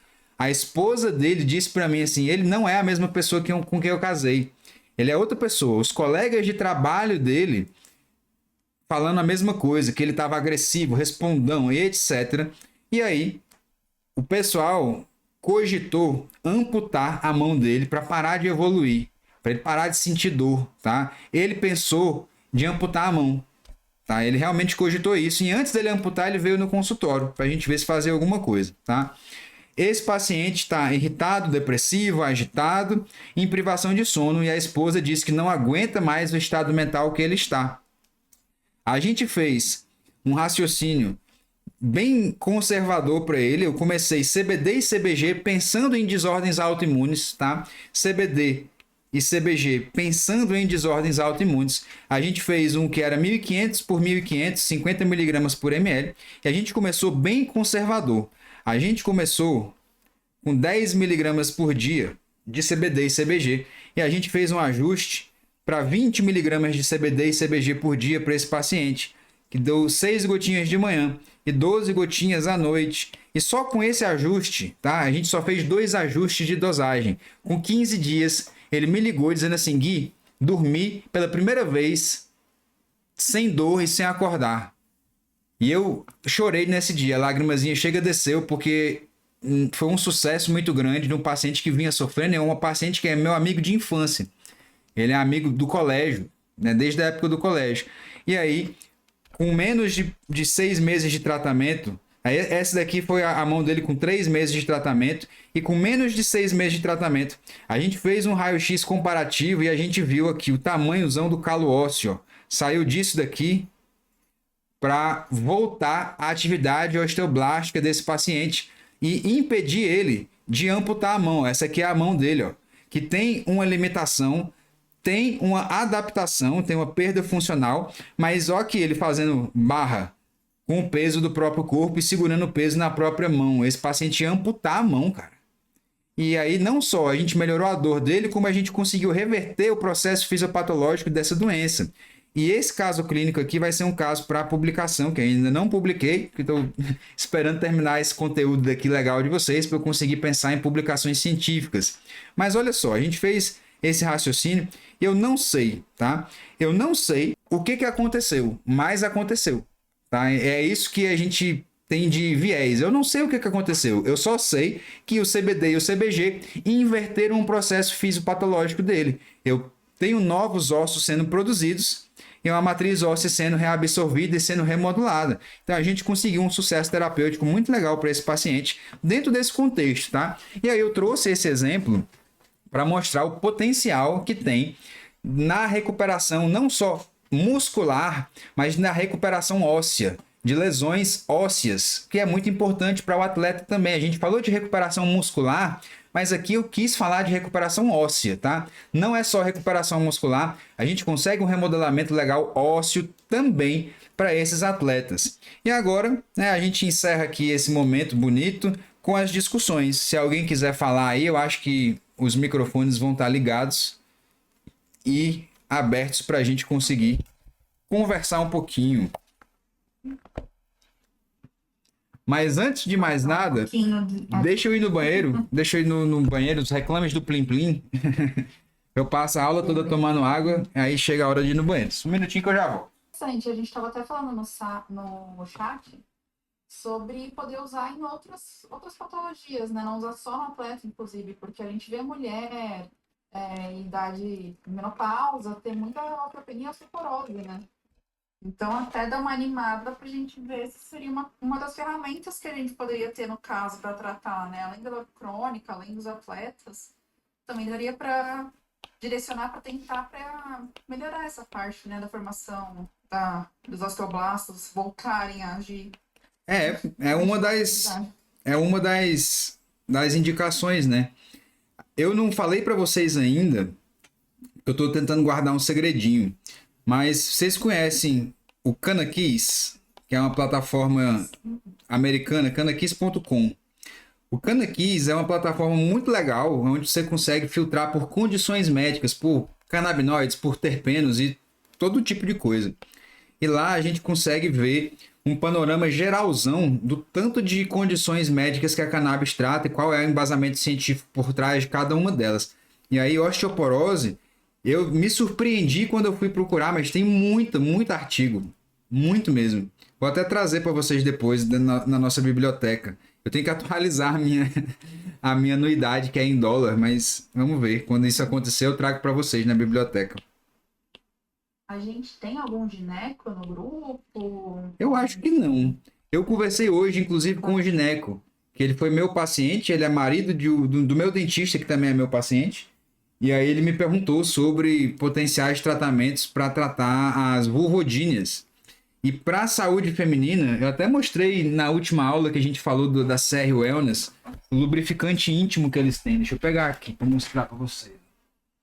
Tem dois tipos de apresentação bem legais, femininas, tá pensando na saúde feminina, que é o lubrificante íntimo, que tem CBD e THC, e tem algumas marcas, eu não vi nenhuma ainda trazendo, os supositórios. Supositório para botar intravaginal e retal também. Então isso daí seriam apresentações focadas ali no público feminino. Se eu não me engano, a CR tem para usar intravaginal. É esse daqui, ó. No dia que eu encontrei o representante. Mas eu acho que eles têm aqueles... Como é que chama, gente? Como se fossem uns óvulos. Eles têm as dragezinhas, né? Os óvulos vaginais, eles têm também. Não. Essa parte é bem interessante. Essa parte. Bom, esse daí talvez possa ser uma das discussões que a gente possa ter no futuro próximo, porque não está no conteúdo programático de vocês, mas a gente ainda vai fazer vários conteúdos que não estão nesse conteúdo, que vão fazer parte também daqui das nossas exposições, né? Então, fica aí para os próximos conteúdos. Gui, Pode falar, meu amigo. Gui, experiência própria, né? A minha mãe tem 75 anos de idade, ela teve câncer de mama, fez mastectomia total, regional, tirou o esvaziamento ganglionar. Ela é obesa, sarcopênica, sabe? E quando eu comecei a estudar a questão do canabidiol, eu falei, mãe, vamos tentar? E coroa, né? Que ela ficou meio pé atrás. Aceitou. Levei para ela Eu moro a 700 quilômetros dela aqui. Quando fui lá visitá-la, levei para ela. Com 3 dias, Gui. Ela falou assim: meu filho, o que é que eu vou fazer quando isso acabar? É, cara. E é muito bom quando isso acontece, né? Porque cai um preconceito milenar das costas da pessoa, né? Nossa, demais da conta. Imagina, minha mãe é pedagoga, professora, né? Tá todos aqueles problemas, dores. Aí eu falei: mãe, vamos provar. Ela provou com 3 dias, ela ficou preocupada. Meu Deus, meu filho, o que que eu vou fazer quando isso aqui acabar? Essa é a minha vida que eu compro mais. Aí, enfim, eu tive a recuperação que ela teve. Ela teve uma recuperação muscular, ela teve uma recuperação de humor, ela teve uma melhora, acho que quase que 100% de dor, né? Então, assim, é muito legal mesmo a questão da recuperação, do bem-estar, né? E eu tinha pensado nessa questão muscular sobre isso aí, mas sem estudar, né? Só tinha raciocinado antes, né? E hoje, vendo a aula, vi que o negócio tem fundamentos, né? É muito bizarro o tanto de coisa que a gente consegue organizar só com cannabis, não é não? Demais da conta. Chega até a ser desafiador para nossa cognição. É por isso que eu entendo os colegas que não entendem a cannabis ainda. Porque o médico, Ó, respondendo a Isabela, e os dose baixa, tá? Foi o CBD Full Spectrum de 1.500 miligramas. CBD Full Spectrum de 1.500 de qual marca? Ah, acho que foi. Agora eu não lembro, hein? Não lembro que agora eu vou comprar da Sense agora, né? Ah, a Sense é legal demais. Acho que é CBD média, acho que assim, Ah, CBD tá. média, coisa assim. Deve ser da CBD-MD, assim, né? Isso.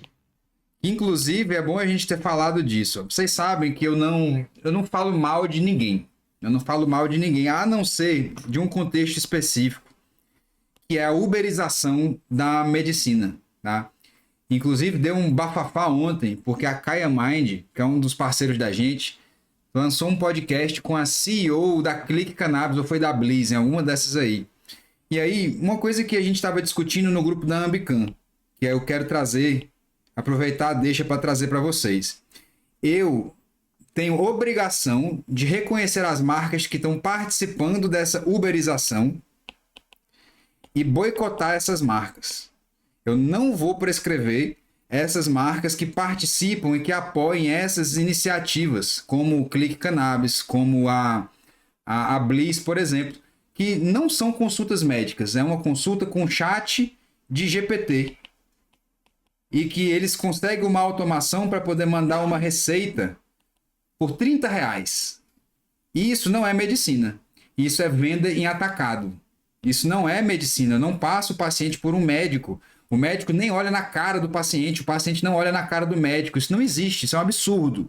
Então, todas as marcas que compartilharem e que comungarem desses serviços, eu vou boicotar. Eu não vou prescrever. Tá? E é interessante a gente também exercitar esse tipo de acompanhamento, de raciocínio, porque é pelo bem do nosso paciente, cara. Pelo bem do nosso paciente e da nossa própria profissão. Se a gente deixar isso acontecer, a gente vai se prostituir. Então eu não posso compactuar com essa, desculpa a palavra, com essa merda. Que isso é uma merda para o nosso paciente, para o nosso trabalho, para tudo nosso. Então, beleza, a CBDMD é uma dessas marcas, infelizmente. Ele tem ótimos produtos, conheço até o dono, conheço o CEO. Os produtos são maravilhosos, mas eles compartilham desse pensamento de venda casada, de venda de produção de massa. Isso daí não me entra, não consigo ver isso com bons olhos, né? Não, isso é lamentável, claro. Inclusive aqui na minha região tem uma odontóloga que vende, uma dentista, né? Ela vende o CBD, né? Caraca, ela Aí, vende. ela vende, não sei como que ela faz. Dentista pode vender coisa, né, pra gente. Não é errado. Né? Bizarro isso. Aí minha consulta tem um valor X agregado, né? É. Aí uma vez perguntaram, mas doutor, se a sua consulta é tanto e eu vou lá na fulana, é R$ 80. Eu Aí falei, você fala, você boa vai fazer sorte pra se tratar com fulana. Comigo é diferente. eu falei, como é que você faz lá? Chega lá, te dá a receitinha de bolo, não te acompanha e tchau e benção. Eu não. Eu te dou a receita, te dou o acompanhamento, vejo como é que você está, vejo a sua evolução. é muito diferente do que ela faz, sem querer falar mal de ninguém, mas, né? Cara, e aí, então o Rafael disse aqui, de médico prescritor para chat prescritor é um pulinho assim, ó. Ó, eu vou ser sincero para vocês. Eu tô desenvolvendo uma inteligência artificial, isso não é segredo para vocês. A gente está desenvolvendo o ID, que é o nosso ID e Advisor.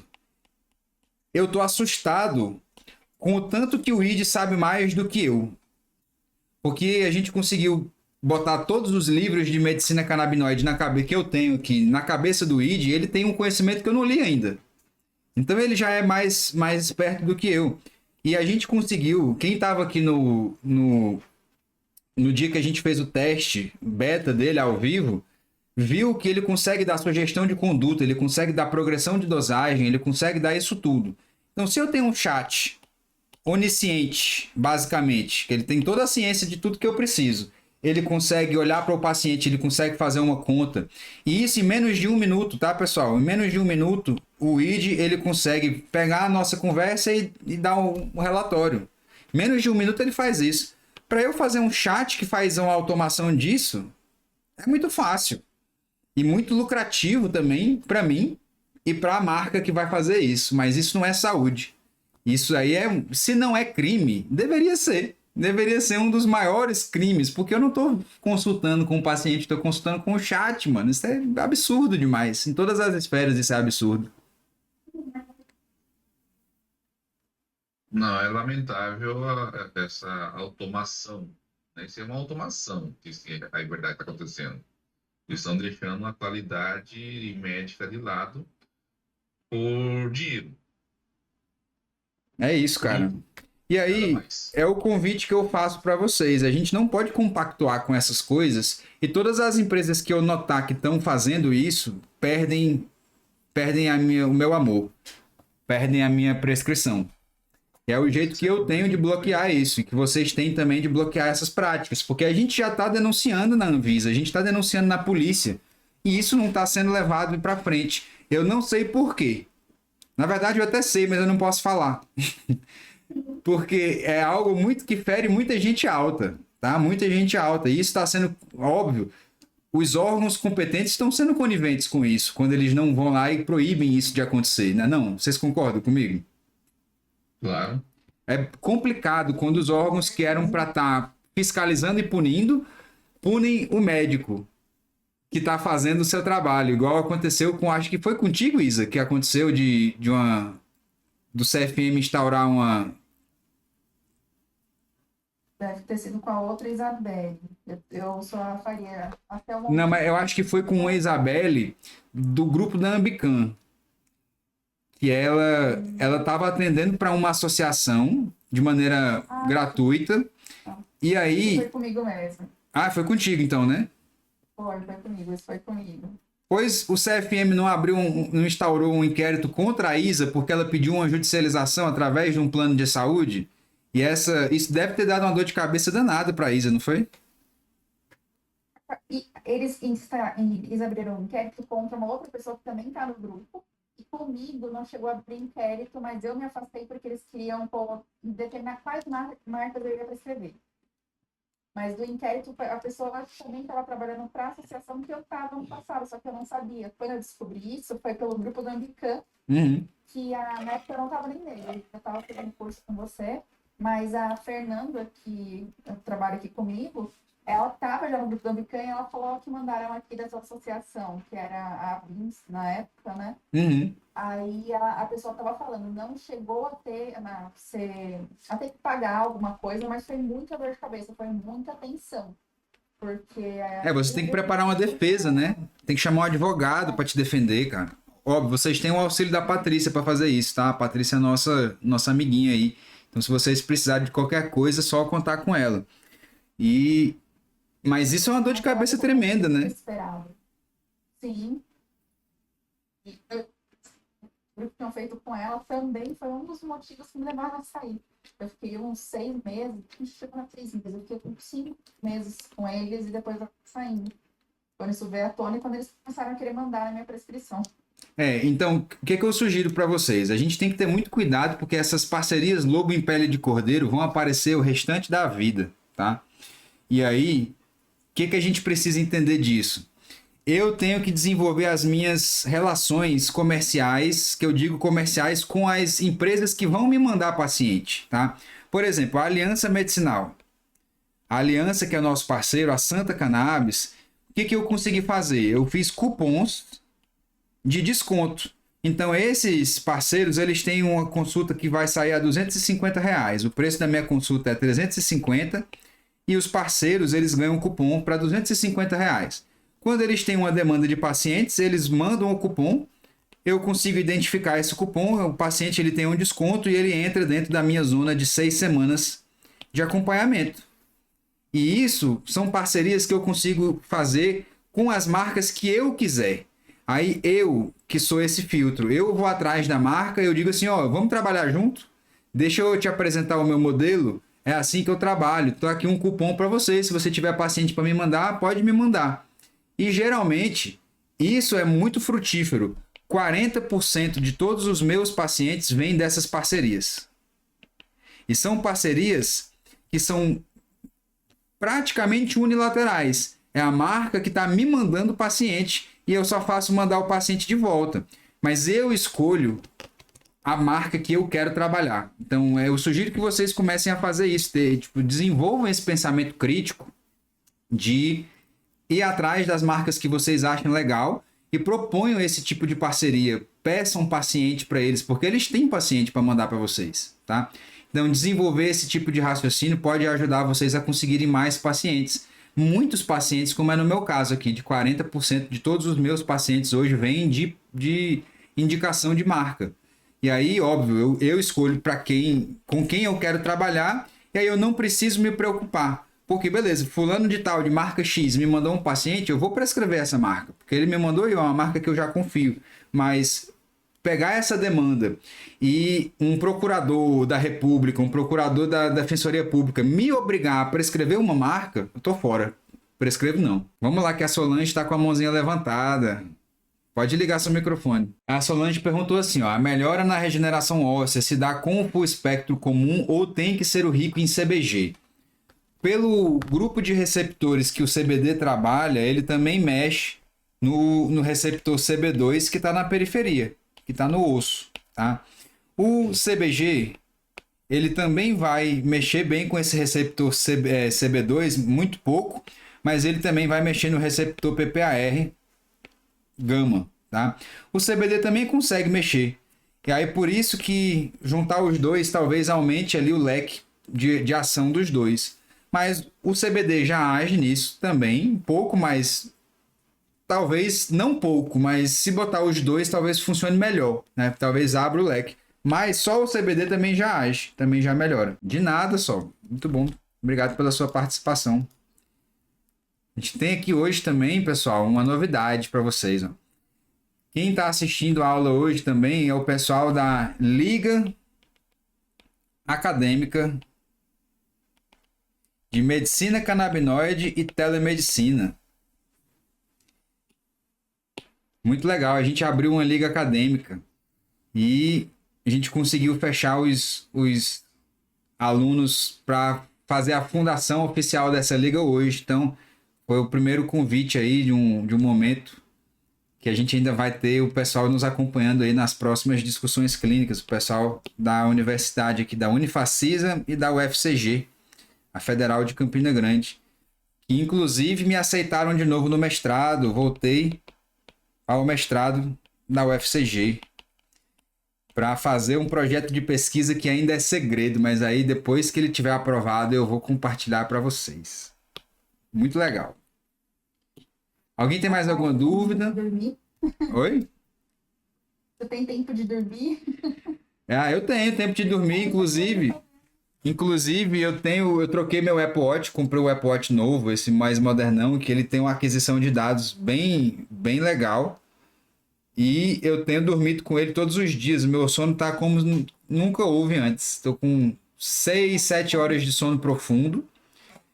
de sono profundo, tá? Dentro dos 7 horas de sono. Eu basicamente acordo, entro no sono profundo e só fico lá, usando CBN, tá, pessoal? CBN isolado, mais a melatonina. Esse você usa de qual marca, Vini? Eu uso da Earth Wellness. Legal. Eu uso da Earth Wellness e o da Ace. O da Ace é muito, muito bom também, com o CBD. Eu tô sem o meu aqui, mas o que eu uso mais, na verdade, é esse da Ace, porque o gosto dele é muito bom. Ele é muito concentrado, ele é bem forte. Ele tem 2,5 miligramas por gota de cada um, de CBD e CBN.